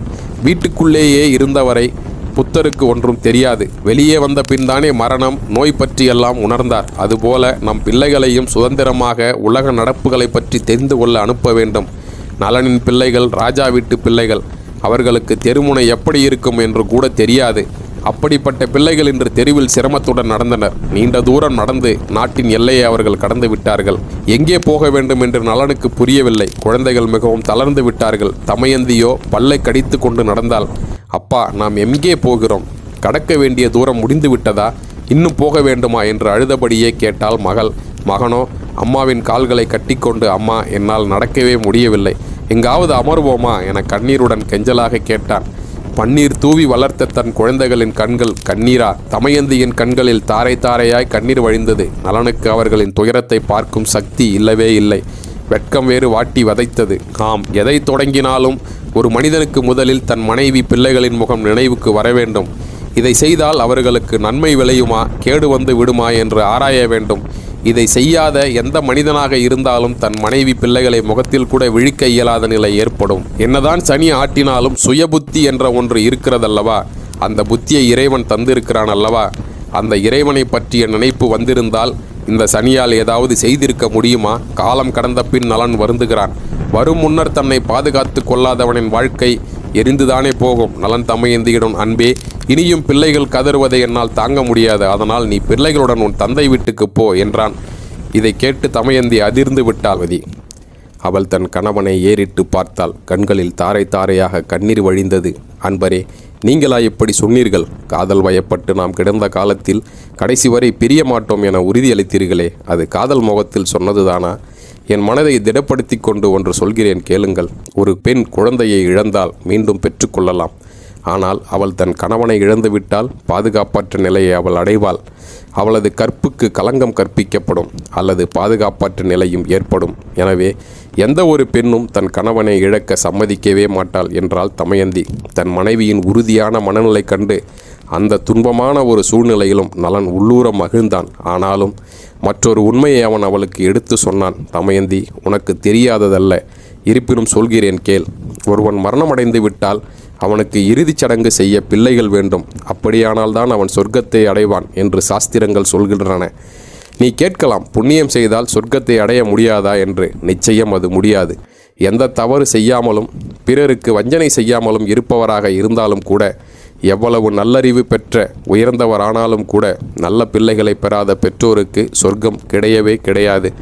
என்றவனை இடைமறித்த தமயந்தி, ஐயோ, என்ன சொல்கிறீர்கள்? நான் வாழும்பொழுது சொர்க்கத்தை தேடுகிறேன், நீங்கள் வாழ்க்கையின் முடிவுக்கு பிறகுள்ள விஷயங்களை பேசுகிறீர்களே என இடைமறித்தாள். நலன் அவளை தேற்றினான். அன்பே, எவ்வளவுதான் பணம் இருந்தாலும் சரி, புகழின் உச்சத்தில் இருந்தாலும் சரி, இன்னும் எந்த உலகத்தில் எவ்வளவு நற்பெயர் பெற்றிருந்தாலும் சரி, ஒருவனுக்கு இவையெல்லாம் மகிழ்ச்சி தராது. சாதாரண தட்டில் சோறிட்டு அதை தன் பிஞ்சு கரங்களால் அலைந்து சாப்பிடுமே குழந்தைகள், அந்த குழந்தைகளின் செய்கையும் அவை குழலினும் இனியதாக மழலை பேசுமே அந்த சொற்களுமே இவ்வுலக சொர்க்கத்தை மனிதனுக்கு அளிக்கின்றன. பல அறிஞர்களும் புலவர்களும் அரிய பல கருத்துக்களை பேசுவதை நீ கேட்டு மகிழ்ந்திருப்பாய். ஆனால் அவற்றையெல்லாம் விட பால் குடித்த அது வழிந்தபடியே நம் குழந்தைகள் பேசும் பேச்சுதானே காதுகளை குளிர வைக்கிறது. எனவே குழந்தைகள் தான் நமக்கு முக்கியம். அவர்களை அழைத்து கொண்டு உன் இல்லத்திற்கு செல். தயவு செய்து நான் சொல்வதை கேள் என தன் கருத்தில் விடாப்பிடியாக இருந்தான் நலன். பிள்ளைகளும் மனைவியும் இனியும் தன்னால் கஷ்டப்படக்கூடாது என்பதில் கவனமாக இருந்தான். இப்பொழுது தமயந்தி வேறு விதமாக கிடுக்குப்பிடி போட்டாள். என் தெய்வமே, அப்படியானால் ஒன்று செய்வோம். நீங்களும் எங்களுடன் என் தந்தை வீட்டிற்கு வாருங்கள். அங்கே நாம் வாழத் தேவையான பொருள் உள்ளது. அவர் என் சிரமத்தை பொறுக்க மாட்டார், உதவி செய்வார். புறப்படுங்கள் என்றாள். நலன் இந்த இடத்தில்தான் தன் உறுதியான மனப்பான்மையை காட்டினான். இப்பொழுதெல்லாம் ஒருவனுக்கு கஷ்டம் வந்து விட்டால் போதும், மனைவியை தந்தை வீட்டிற்கு அனுப்பி ஏதாவது வாங்கி வாயேன் என கெஞ்சுகிறான். இன்னும் சிலர், அடியே, உன் அப்பன் சம்பாதிச்சு குவிச்சு வச்சிருக்கான், அதில் நமக்கு கொஞ்சம் கொடுத்தா குறைஞ்சா போயிடும், போ அந்த கல்லூலி மங்கன்ட்ட ஏதாச்சும் வாங்கிட்டு வா என திட்டுகிறான். இன்னும் சிலர் மனைவியை அவர்கள் வீட்டிற்கு அனுப்பி இவ்வளவு தந்தால்தான் உனக்கு வாழ்க்கையே, இல்லாவிட்டால் விவாகரத்து தான் என மிரட்டி பணிய வைக்கிறான். நலமகாராஜா அப்படி செய்யவில்லை. என் அன்பு செல்வமே, பைத்தியம் போல் பேசாதே. இந்த உலகத்தில் பணம் உள்ள வரையில்தான் ஒருவனுக்கு மதிப்பு. ஏதோ நோய் நொடி வந்ததோ, பிள்ளைகளை கரை சேர்க்கவோ ஆகிய நியாயமான வழிகளில் பணத்தை கரைத்தவன் கூட ஒருவனிடம் உதவி கேட்டு சென்றால் அவன் இவனை கண்டு கொள்ள மாட்டான். நானோ சூதாட்டத்தில் பணத்தை தொலைத்தவன். உன் தந்தையின் முன் நான் தலை குனிந்துதானே உதவி கேட்க வேண்டும். ஒன்றை மட்டும் புரிந்து கொள், பணமில்லாதவன் ஒரு செல்வந்தனிடம் போய் எனக்கு உதவி என்று கேட்டால் அவன் அவமானத்துக்கு ஆளாவான். அது அவனது புகழை அழிக்கும், தர்மத்தின் வேரை வெட்டி வீழ்த்திவிடும். அது மட்டுமல்ல, அவனது குல பெருமையையும் அழித்துவிடும் என்று உணர்ச்சி வசப்பட்டு பேசினான். அப்பொழுதும் தமயந்தி விடவில்லை. அன்பே, நாம் கஷ்டத்தில் இங்கு வந்திருக்கிறோம் என்பதை கூட யாருக்கும் தெரியாமல் செய்துவிடலாம், வாருங்கள் என்றாள். என்னை கோழையாக்க பார்க்கிறாயா தமயந்தி? நான் அரசனாக இருந்தவன். உன் தந்தை எனக்கு மாமனார் என்பது இரண்டாம் பட்சம்தான். அவரும் ஒரு அரசர். ஒரு அரசன் இன்னொரு அரசனிடம் உதவி கேட்பதா? சூதில் தோற்று ஒன்றுமின்னாமல் நிற்கும் என்னை ஆண்மையற்றவன் என்று எண்ணிவிட்டாயா? பிறரிடம் உதவி கேட்பவன் பைத்தியக்காரன் என்கிறான் பெரியோர்கள். அப்படியானால் நானும் பைத்தியக்காரனா? நலன் ஆவேசப்பட்டான். இவர்களுக்குள் வாதம் வலுத்தது. தமயந்தி நலனிடம், தாங்கள் செங்கோல் ஏந்தி முறை தவறாத ஆட்சி நடத்தினீர்கள். அப்படிப்பட்ட தர்மவானனான உங்களிடம் ஒரு யோசனை சொல்கிறேன், இதையாவது தயவு செய்து கேளுங்கள். நாம் காட்டு வழியில் வரும்பொழுது நம்முடன் ஒரு பிராமணர் சேர்ந்து கொண்டார் அல்லவா? அவருடன் நம் குழந்தைகளை அனுப்பி குண்டினபுத்திரத்தில் உள்ள எங்கள் தந்தை வீட்டில் சேர்க்க சொல்லிவிடுவோம். பிள்ளைகள் கஷ்டப்படக்கூடாது என்பதுதானே உங்கள் நோக்கம். அது நிறைவேறிவிடும். நான் உங்களை பின்தொடர்கிறேன். உங்களை பார்க்காமல் என்னால் இருக்க முடியாது, வாழவும் முடியாது. இந்த யோசனையை ஏற்பீர்களா? என்னை கைவிட்டு சென்று விடாதீர்கள் என தமயந்தி கல்லும் கரையும் மண்டம் அழுதாள். செல்ல பெண்ணாய் இருந்து காதலியாகி மனைவியாகி மக்களையும் பெற்றுத்தந்து அந்த அபலையின் கதறல் நலனின் நெஞ்சை உருக்கியது. அதே நேரம் பிள்ளைகளை பிரிய வேண்டுமே என்ற எண்ணம் இதயத்தை மேலும் பிசைந்தது. தேவைதானா இவ்வளவு கஷ்டங்களும்? கெட்ட வழியில் செல்லும் ஒவ்வொரு ஆணும் நலனின் இந்த நிலையை எண்ணி பார்க்க வேண்டும். சம்பாதிப்பதை விட அதை நல்ல வழியில் கட்டி காக்கலாம். கெட்ட வழிகளில் செலவழித்து தானும் அழிந்து குடும்பத்தையும் அழிப்பதை விட இருப்பதில் பாதியை தர்மம் செய்திருந்தால் கூட புண்ணியம் கிடைத்திருக்கும். எதையுமே செய்யாமல் புட்கரன் உசுப்பிவிட்டான் என்பதற்காக அறிவிழந்த நலன் போல் எந்த ஆண்மகனும் நடந்து கொள்ளக்கூடாது. கெட்ட வழிகளில் ஈடுபடும்படி நம்மை வலியுறுத்தும் உறவுகள் மற்றும் நட்பிடமிருந்து விலகிதான் நிற்க வேண்டும் என்பதை இந்த நிகழ்வு எடுத்து சொல்கிறது. அதே நேரம் பெற்ற பிள்ளைகளை கூட ஒரு பெண் ஒதுக்கி வைக்கலாம். ஆனால் கட்டிய கணவனை எக்காரணம் கொண்டும் அவனது துன்ப காலத்தில் கைவிடவும் கூடாது. அவன் மனம் திருந்திய பிறகும் என்றோ செய்த தவறுகளை சுட்டிக்காட்டி அவனை மேலும் துன்பத்திற்கு ஆளாக்கவும் கூடாது. தமயந்தி தன் கணவனிடம், ஏன் இப்படி செய்தீர்கள்? பகடைக்காயை தொடும்போது என் நினைவும் உங்கள் பிள்ளைகளின் நினைவும் இருந்ததா என்று ஒருமுறை கூட கேட்டதில்லை. நல்லவனான அவனை விதி என்னும் கொடிய நோய் தாக்கியதாக நினைத்து அவனது கஷ்டத்தில் பங்கேற்றாள். இன்றைய தம்பதிகள் தமயந்தி போல் சிரமமான நேரங்களில் ஒருவருக்கொருவர் குத்திக்காட்டி சண்டை போடாமல் அடுத்து என்ன செய்ய வேண்டும் என்பது குறித்து யோசிக்க வேண்டும். இனியும் பழைய தவறை செய்யக்கூடாது என்று உறுதி எடுத்து கொள்ள வேண்டும். நலனுக்கு இந்த யோசனை நல்லதாகப்பட்டது. ஒரு வழியாய் பிள்ளைகளை தாத்தா வீட்டிற்கு அனுப்புவதென முடிவாயிற்று. ஆனால் புது பூதம் ஒன்று கிளம்பியது. தங்களை பெற்றோர் பிரிந்து செல்லப் போகிறார்கள் என்பதை அறிந்த பிள்ளைகள் அழ ஆரம்பித்து விட்டார்கள். அப்பா, எங்களை பிரிய போகிறீர்களா? எங்களை தாத்தா வீட்டிற்கு அனுப்பிவிடாதீர்கள். இனிமேல் நான் நடந்தே வருவேன். என் கால்களை முட்கள் குத்தி கிழித்தாலும் சரி, என்னை தூக்கச் சொல்லி உங்களை நான் இனி சொல்லவே மாட்டேன். அமைதியாக உங்களை பின்தொடர்ந்து வருவேன் என்று கல்லும் கரைய அழுதாள் மகள். மகனோ அம்மாவை கட்டி அணைத்து கொண்டு, அம்மா, உன்னிடம் நான் இனி உணவு கூட கேட்க மாட்டேன். பசித்தாலும் பொறுத்து கொள்வேன். நீ என்னை பிரிந்து விடாதே. என்னை உன்னோடு அழைத்துச் செல் என கதறினான். அப்பொழுது அந்த காட்டில் இருந்த பூக்களில் இருந்து சிந்திய தேன் இவர்களது துயரம் கண்டு கண்ணீர் வடித்தது போல் இருந்ததாம். பிள்ளைகள் தங்கள் மீது கொண்டுள்ள பாசம் கண்டு கலங்கிய தமயந்தி வடித்த கண்ணீர் அவளது உடலில் அபிஷேக தீர்த்தம் போல் ஓடியது. பிள்ளைகளை மார்போடு அணைத்து கொண்டாள். என் அன்பு செல்வங்களே, நீங்கள் இனியும் எங்களுடன் கஷ்டப்பட வேண்டாம். தாத்தா உங்களை நல்ல முறையில் பார்த்து கொள்வார். நாங்கள் விரைவில் அங்கு வந்து விடுவோம். மீண்டும் வாழ்வோம் ஓர் குடும்பமாய் என்று ஆறுதல் மொழி சொல்லி தேற்றினாள். அந்தணரை அழைத்த நலன், சுவாமி, தாங்கள் இவர்களை குண்டினபுரம் அரண்மனையில் சேர்த்து விடுங்கள். நாங்கள் மிக்க நன்றியுள்ளவர்களாக இருப்போம் என்றான். அவர்களது துயரநிலை கண்ட அந்தணரும் அதற்கு சம்மதித்தார். பிள்ளைகளுடன் குண்டினபுரம் கிளம்பிவிட்டார். நலனும் தமயந்தையும் கண்ணில் நீர் மறைக்க தங்கள் குழந்தைகள் தங்கள் கண்ணிலிருந்து மறையும் தூரம் வரை அவர்களை பார்த்து கொண்டே நின்றனர். பின்னர் பிரிவு என்னும் பெரும் பாரம் நெஞ்சை அழுத்த அதை சுமக்க முடியாமல் தள்ளாடியபடியே சென்றனர். அந்த கொடிய காட்டில் கள்ளிச்செடிகள் வளர்ந்து கிடந்த ஒரு பகுதி வந்தது. அந்த இடத்தை கடந்தாக வேண்டிய சூழல் அவர்களுக்கு ஏற்பட்டது. இந்த கொடிய காட்டை எப்படி கடப்பது என நலன் யோசித்து கொண்டிருந்த வேளையில் சனீஸ்வரர் அவர்களை பார்த்தார். ஆஹா, வசமாக சிக்கி கொண்டாயடா. வாழ்வில் ஒரு முறை தப்பு செய்தவனை நான் அவ்வளவு லேசில் விடமாட்டேன். தப்பு செய்தவர்கள் மீது எனக்கு இரக்கமே ஏற்படாது. புரிகிறதா? பிள்ளைகளை பிரிந்தாய். உன் மனைவி என்னவோ புத்திசாலித்தனமாக உன்னை பின்தொடர்வதாக நினைக்கிறாள். உன்னை மனைவியோடு வாழ விடுவேனா? இதோ வருகிறேன் என்றவன் தங்க நிறம் கொண்ட ஒரு பறவையாக மாறினான். வேகமாக பறந்து வந்து கள்ளிச்செடி ஒன்றின் மீது அமர்ந்தது அந்த பறவை. பெண்களை எந்த சூழலிலும் தங்கத்தின் மீதான ஆசை விடாது போலும். கணவனுடன் கஷ்டப்பட்டு கொண்டிருந்த அந்த வேளையிலும் அந்த தங்க நிற பறவை மீது தமயந்தியின் கண் பட்டது. ராமபிரான் காட்டுக்கு சென்ற பொழுது அந்த சிரமமான வாழ்க்கை நிலையிலும் தன் கண்ணில் பட்ட தங்க நிற மானை பிடித்து தரச் சொன்னாலே சீதாதேவி. அதுபோல தமயந்தியும் தன் கணவனிடம் குழைந்தாள். அன்பரே, அந்த பொன்னிற பறவையை பார்த்தீர்களா? எவ்வளவு அழகாக இருக்கிறது. அதை எனக்கு கொஞ்சம் பிடித்து தாருங்களேன் என்றாள் கொஞ்சலாகவும் கெஞ்சலாகவும். மங்கையனின் கடைக்கண் பார்வைப்பட்டால் மாமலையையும் ஆடவர் ஒரு கடுக்காம் என்பார்களே. இவனுக்கு பொறுக்குமா? தன் காதல் மனைவி தனக்காக நாட்டையும் சுகபோகங்களையும் ஏன் பெற்ற பிள்ளைகளையும் கூட மறந்து தன்னோடு காட்டில் கல்லும் முள்ளும் காலுக்கு மெத்தை என நடந்து வருகிறாள். அவளது துன்பத்தை மறைக்க இந்த பறவை உதவுமென்றால் அதை பிடித்தாக வேண்டுமல்லவா? அவ்வளவுதானே. சற்று பொறு தமயந்தி, இங்கேயே இரு, அதை நான் நொடியில் பிடித்து வருகிறேன் என சொல்லிவிட்டு கிளம்பி விட்டான். கெட்ட நேரத்தின் உச்சகட்டமாய் வந்த அந்த பறவையை சனீஸ்வரன் என அறியாமல் அதை நோக்கி பூனை போல் நடந்தான் நலன். அது கையில் சிக்குவது போல் பாவனை காட்டியது. அவனது கை இறக்கைகளின் மேல் படவும் சுதாரித்து கொண்டு பறந்து போய் வேறு கள்ளிச்செடியில் அமர்ந்தது. நலன் அங்கே இங்கே ஓடினான். அது மீண்டும் பழைய செடிக்கே வந்து அமர்ந்தது. இந்த கண்ணாமூச்சி ஆட்டம் சற்று நேரம் தொடர்ந்தது. என்னிடமா பாவலா காட்டுகிறாய்? உன்னை பிடிக்கும் கலை எனக்கு தெரியும் என்று மனதிற்குள் சொல்லிக்கொண்டவன் தன் இடுப்பில் கட்டியிருந்த பட்டு வேட்டியை அவிழ்த்தான். தமயந்தியை அழைத்தான். பூங்கொடியே, உன் ஆடையை நாம் இருவரும் உடுத்தி கொள்வோம். என்னுடைய ஆடையை இந்த கள்ளிச்செடியில் அமர்ந்துள்ள பறவையின் மீது போட்டு பிடித்து கொள்வோம் என்றான். அவளும் ஆர்வமாக சரி என தலையாட்டினாள். தன் பட்டாடையை பறவையின் மேல் போட்டான். அவ்வளவுதான். பறவை பட்டாடையுடன் உயரே பறக்க ஆரம்பித்து விட்டது. கௌபீனம் மட்டுமே அணிந்திருந்த நலன், ஐயோ, பறவை எங்கோ பறந்து போகிறதே என்றவன் ஓ ஹோ என கூச்சலிட்டு நின்றான். அந்த பறவை நடுவானில் நின்றபடியே, ஏ மன்னா, பொருளின் மீது கொண்ட பற்று காரணமாகத்தானே ஏற்கனவே நாட்டை இழந்தாய். இப்பொழுதும் இந்த ஆசை விடவில்லையோ? தேவர்களை பகைத்து இந்த இளம் நங்கையை மனம் செய்து கொண்டவனே, புட்கரனுடன் சூதாடும் மனநிலையை உனக்கு உருவாக்கி உன்னை நாடு இழக்கச் செய்த சனீஸ்வரன் நான் தான். யார் ஒருவரை நான் பற்றுகிறேனோ அவர்களின் மன உறுதியை சோதிப்பதே என் பணி. மனைவி பொருட்களின் மீது ஆசைப்பட்டாலும் அவர்களுக்கு உரிய புத்திமதியை கனிவுடனும் கண்டிப்புடனும் சொல்வது கணவனின் கடமை. இல்லாவிட்டால் அந்த குடும்பம் நடுத்தெருவுக்கு வந்துவிடும் என்ற சிறிய இலக்கணம் கூட தெரியாமல் இருக்கிறாயே.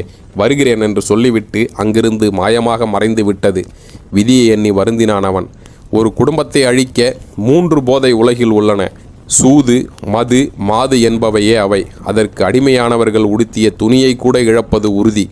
போதையில் தெருவில் ஆடையின்றி உருளும் எத்தனையோ ஜென்மங்களை இன்னும் பார்க்கத்தானே செய்கிறோம். பணத்தாசையால் இன்றும் கூட விளையாட்டுகள் கூட சூதாக மாறி இடுப்பு துணியை கூட இழப்பவர்கள் இருக்கத்தானே செய்கிறார்கள். இவர்களுக்காகத்தான் தமயந்தியின் வரலாற்றை வியாசர் மகாபாரதத்தின் கிளைக்கதையாக எழுதி வைத்தார்.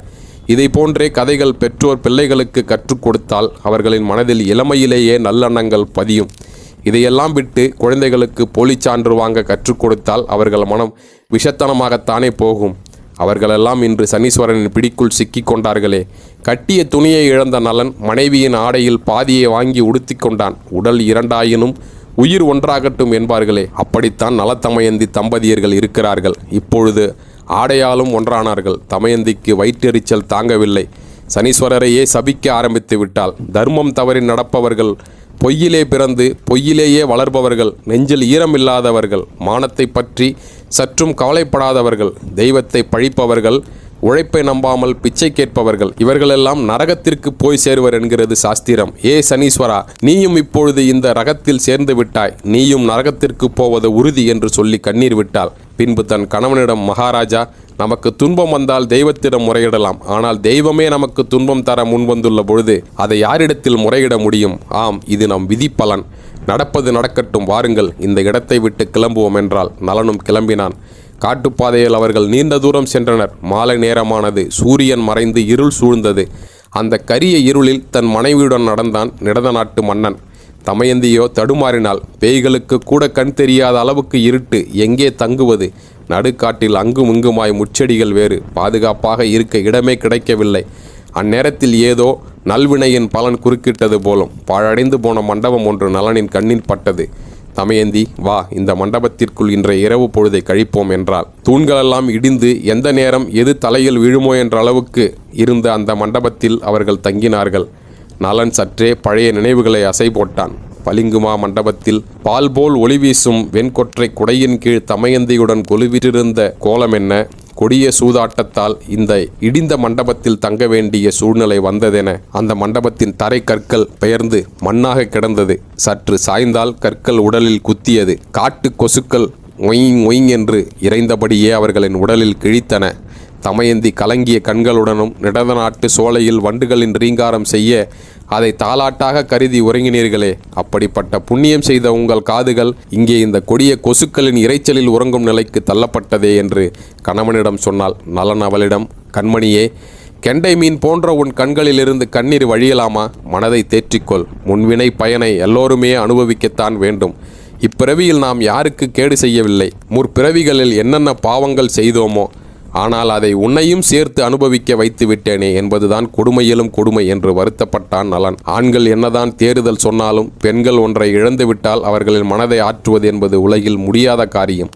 தமயந்தியின் நிலையும் அப்படித்தான். அன்பரே, வாசனை மலர்களால் ஆன படுக்கையில் காவலர்கள் வாயில் காத்து நிற்க படுத்திருப்பீர்களே, இங்கே யார் நமக்கு காவல் என்று புலம்பினாள். உடனே நலன், தமயந்தி, இழந்ததை எண்ணி வருந்துவது உடலுக்கும் மனதுக்கும் துன்பத்தையே தரும். இதோ பார், இந்த காட்டில் உள்ள பூக்களும் செடிகளும் மரங்களும் தனித்து தூங்கவில்லையா? திசைகள் இருளில் மூழ்கி உறங்கவில்லையா? பேய்கள் கூட தூங்கிவிட்டன என்றுதான் நினைக்கிறேன். எங்கும் நிசப்தமாய் இருக்கின்றது. இப்படி இரவும் பகலும் விழித்தால் உன் உடல்நிலை மோசமாகிவிடும். உறங்கு கண்ணே, என் கைகளை மடக்கி வைக்கிறேன், அதை தலையணையாக்கி கொண்டு தூங்கு என்றான். அவளும் கண்களில் வழிந்த நீர் அப்படியே காய்ந்து போக தலை சாய்த்தாள். இருவருக்கும் தூக்கம் வரவில்லை. தன் அன்பு மனைவியின் அழகு முகத்தை பார்த்து கொண்டே இருந்தான். பாவம் செய்தவள் நீ. இல்லாவிட்டால் எனக்கு வாழ்க்கைப்பட்டிருப்பாயா? வீமராஜனின் மகளாக பிறந்து நட்ட நடு காட்டில் மண் தரையில் உறங்குகிறாய். உன் நிலை கண்டு என் உயிரும் உடலும் துடிக்கிறது. இந்த காட்சியை காணவா நான் உன்னை காதலித்தேன்? இப்படி ஒரு கொடிய வாழ்வை தரவா உன் கழுத்தில் தாலி கொடியை கட்டினேன்? என் இதயம் இப்படியே வெடித்து விட்டால் என்னை போல் மகிழ்பவர்கள் உலகில் இருக்கவே முடியாது. நான் இப்படியே மரணமடைந்து விட மாட்டேனா என்று அழுதான். பெண்கள் எவ்வளவு வேண்டுமானாலும் அழுவார்கள். ஆனால் கணவன் அழுதால் அவர்களால் தாங்கவே முடியாது. அன்பரே, தாங்கள் கண்ணீர் வடிக்கும் அளவுக்கு நான் தான் உங்களுக்கு கொடுமை செய்தேன். அற்ப பறவை மீது கொண்ட ஆசையால் உங்கள் ஆடையை இழக்கச் செய்தேன். என் முந்தானை உங்கள் ஆடையானதால் அதை விரித்து உங்களை படுக்க வைக்க இயலாமல் போனேன். இப்படி ஒரு கொடுமை இந்த உலகில் எந்த ஒரு பெண்ணுக்கும் வரக்கூடாது என்று புலம்பி தீர்த்தாள். இப்படி புலம்பியபடியே அவள் தன் கைகளை அவனுக்கு தலையணை ஆக்கி கொடுத்து கால்களை குறுக்கே நீட்டி அதன் மேல் அவனது உடலை சாய்க்கச் சொல்லி மண்டபத்து மணலும் கல்லும் அவன் முதுகில் குத்தாமல் இருக்க உதவினாள். ஒரு வழியாக அவள் உறங்கத் தொடங்கினாள். இப்படி இவள் படும் பாட்டை கண்கொண்டு பார்க்க நலனால் முடியவில்லை. இவளை இங்கேயே விட்டு சென்று விட்டால் என்ன? இவள் காட்டில் படாத பாடு படுவாள் என்பது நிஜம். ஆனாலும் அது நம் கண்களுக்கு தெரியாதே. என்ன நடக்க வேண்டுமென அவளுக்கு விதி இருக்கிறதோ அது நடக்கட்டும். இவளை இப்படியே விட்டுவிட்டு கிளம்பி விடலாமா? நலனின் மனதில் சனீஸ்வரர் விஷ விதைகளை ஊன்றினார்.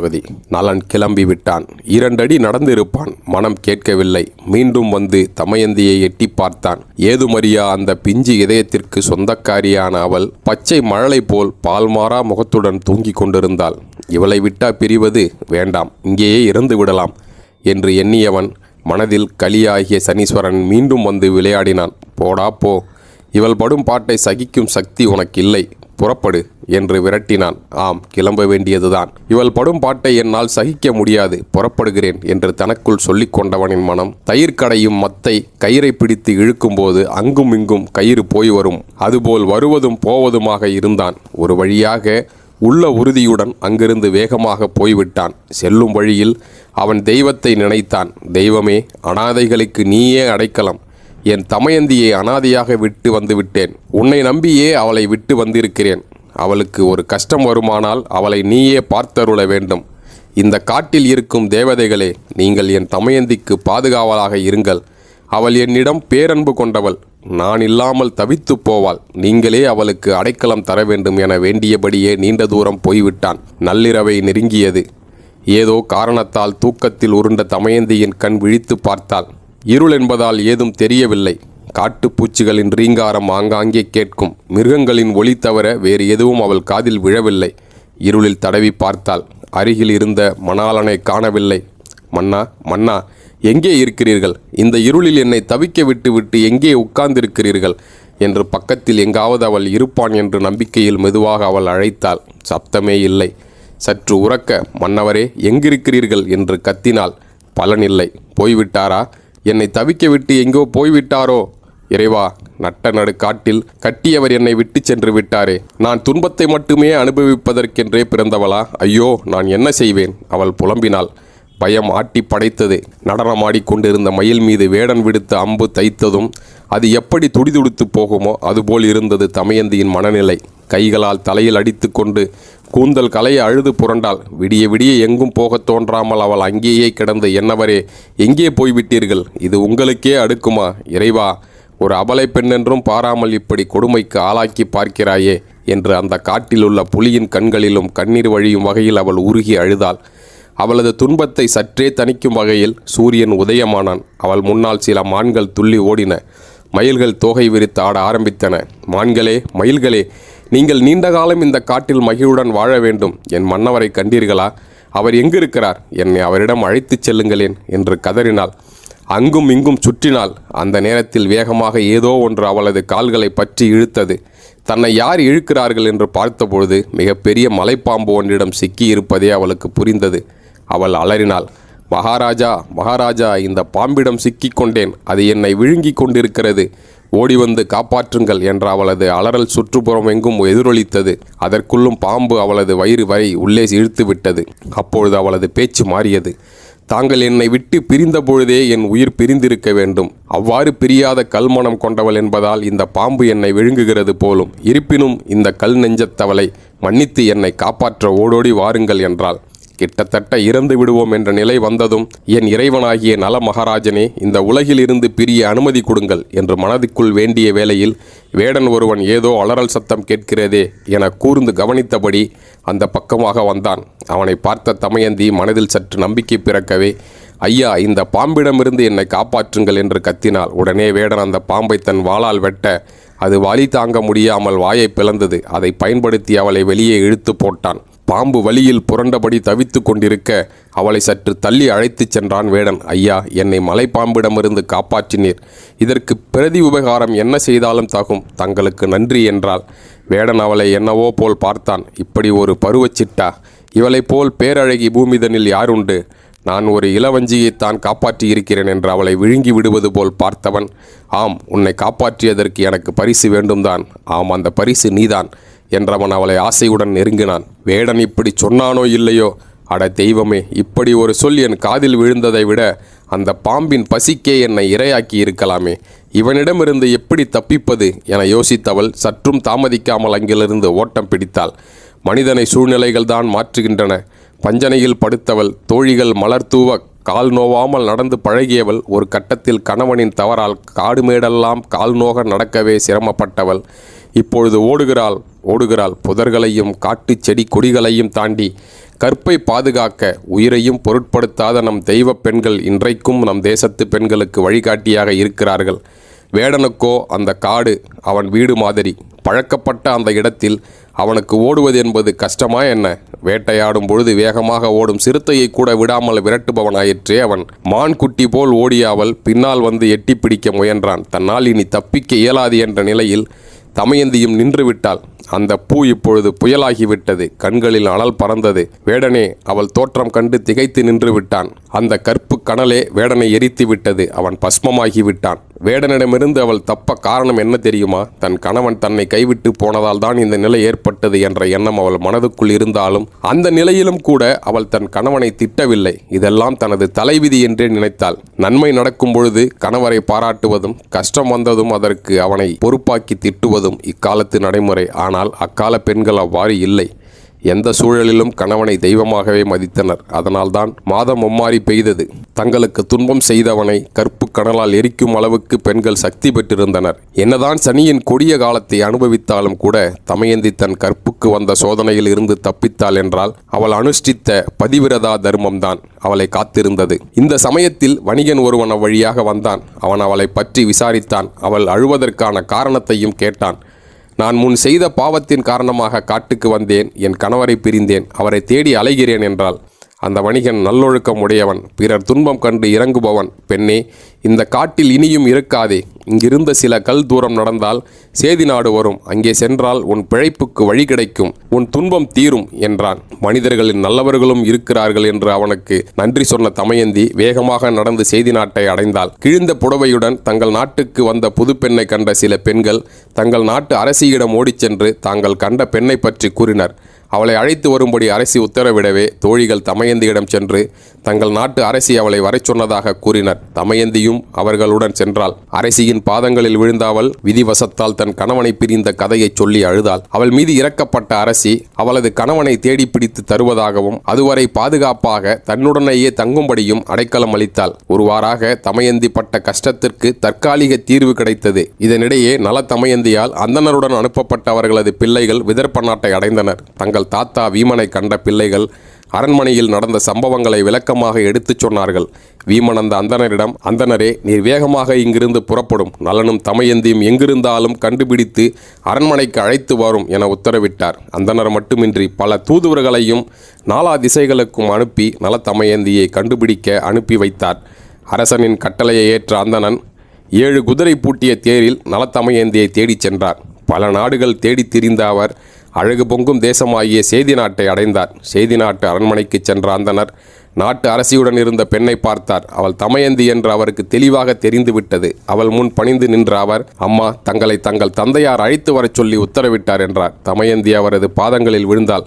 தமயந்தி வடித்த கண்ணீர் அவளது பாதங்களை கழுவியது. அவளது துயரம் தாங்காத அந்த மறையவரும் கண்ணீர் வடித்தார். இந்த சோக காட்சி கண்டு சுற்றி நின்றோர் முகம் வாடி நின்றனர். இந்த பெண் மீது இந்த அந்தணர் எந்த அளவுக்கு பாசம் வைத்துள்ளார் என தங்களுக்குள் பேசிக்கொண்டனர். அப்பொழுதுதான் சேதி நாட்டரசிக்கு அதிசயிக்கத்தக்க செய்தி ஒன்று கிடைத்தது.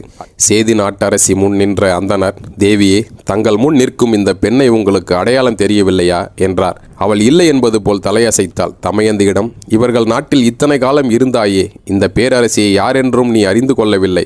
காரணம், நீ இவர்களை இளமையிலேயே பார்க்கும் சந்தர்ப்பம் உமக்கு கிடைக்கவில்லை என்றவன் அரசியை நோக்கி, அம்மா, இவள் உங்கள் மூத்த சகோதரியின் மகள். அதாவது நீங்கள் இவளுக்கு சிற்றனை முறை வேண்டும் என்றார்.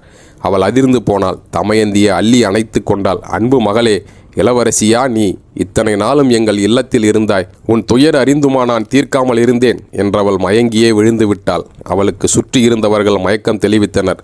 சேதி நாட்டரசன் தன் மனைவி மயக்கமடைந்த செய்தி அறிந்து விரைந்து வந்தான். கண்விழித்த ராணி, அன்பரே, இவள் என் சகோதரியின் மகள். இந்த மறையவர் சொன்ன பிறகுதான் இவள் நம் உறவினர் என்று தெரிய வந்தது. இவளை பத்திரமாக விதர்ப்ப நாட்டுக்கு அனுப்ப வேண்டும். இவளுக்கு இனியாவது நல்ல காலம் பிறக்கட்டும். இவளது கணவன் நிச்சயம் இவளுடன் வந்து சேர்வான் என்றாள். சேதி நாட்டரசனும் மனம் மகிழ்ந்து அவளை தேரில் ஏற்றி அந்தணருடன் அனுப்பி வைத்தான்.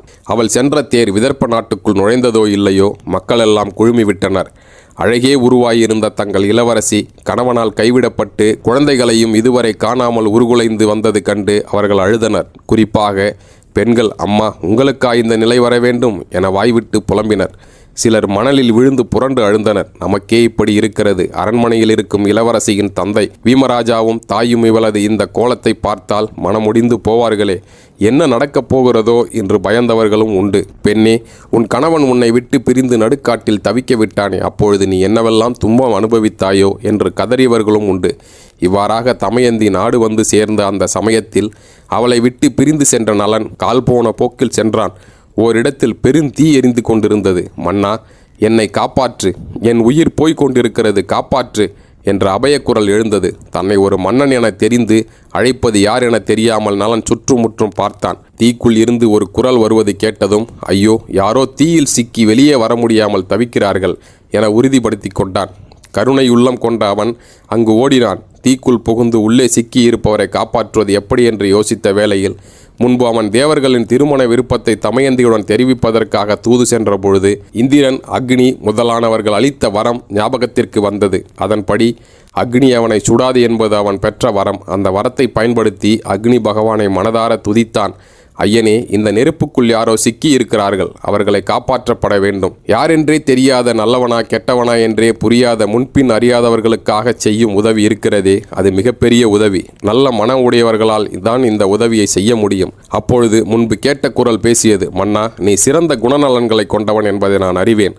நான் ஒரு பெரிய தபஸ்வி, வேத நூல்களை கற்றறிந்தவன். இந்த நெருப்பில் சிக்கி தவிக்கிறேன். என்னை கார்கோடகன் என்பார்.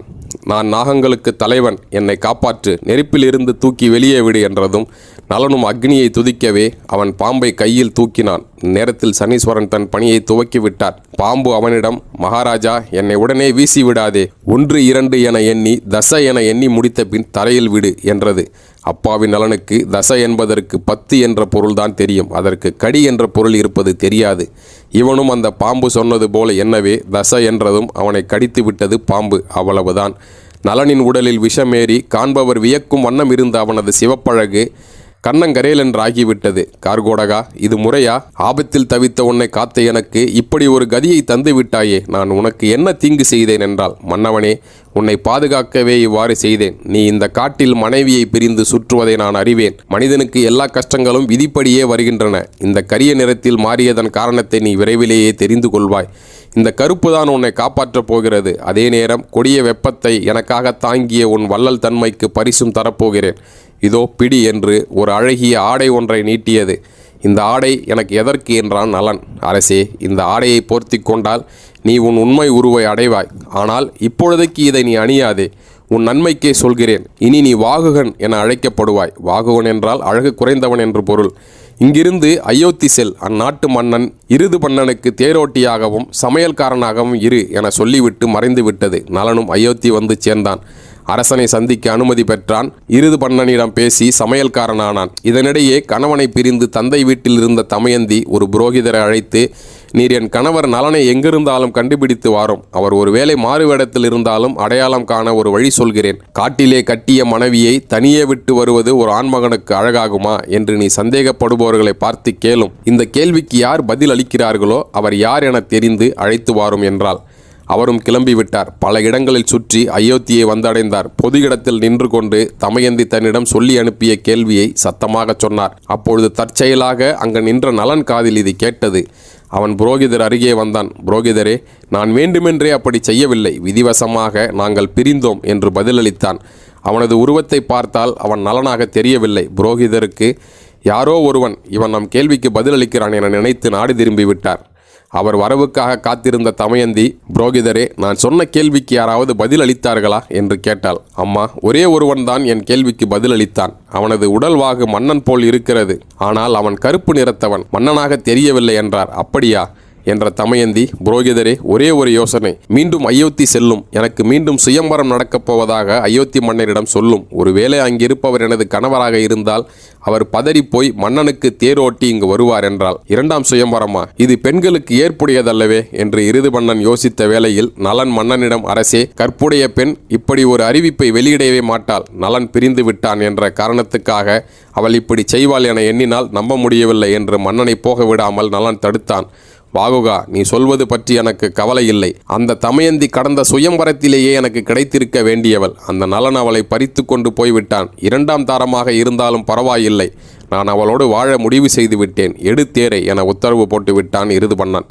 நலன் வருத்தப்பட்டான். இருப்பினும் தன்னை பற்றி புரோகிதர் சொன்னதை கேட்டு சந்தேகப்பட்டு தன்னை வரவழைக்க இப்படி செய்திருக்கலாம் என்று முடிவு செய்து கிளம்பினான். தேர் விதர்ப்ப நாடு நோக்கி மனோவேகத்தை விட வேகமாக பறந்தது.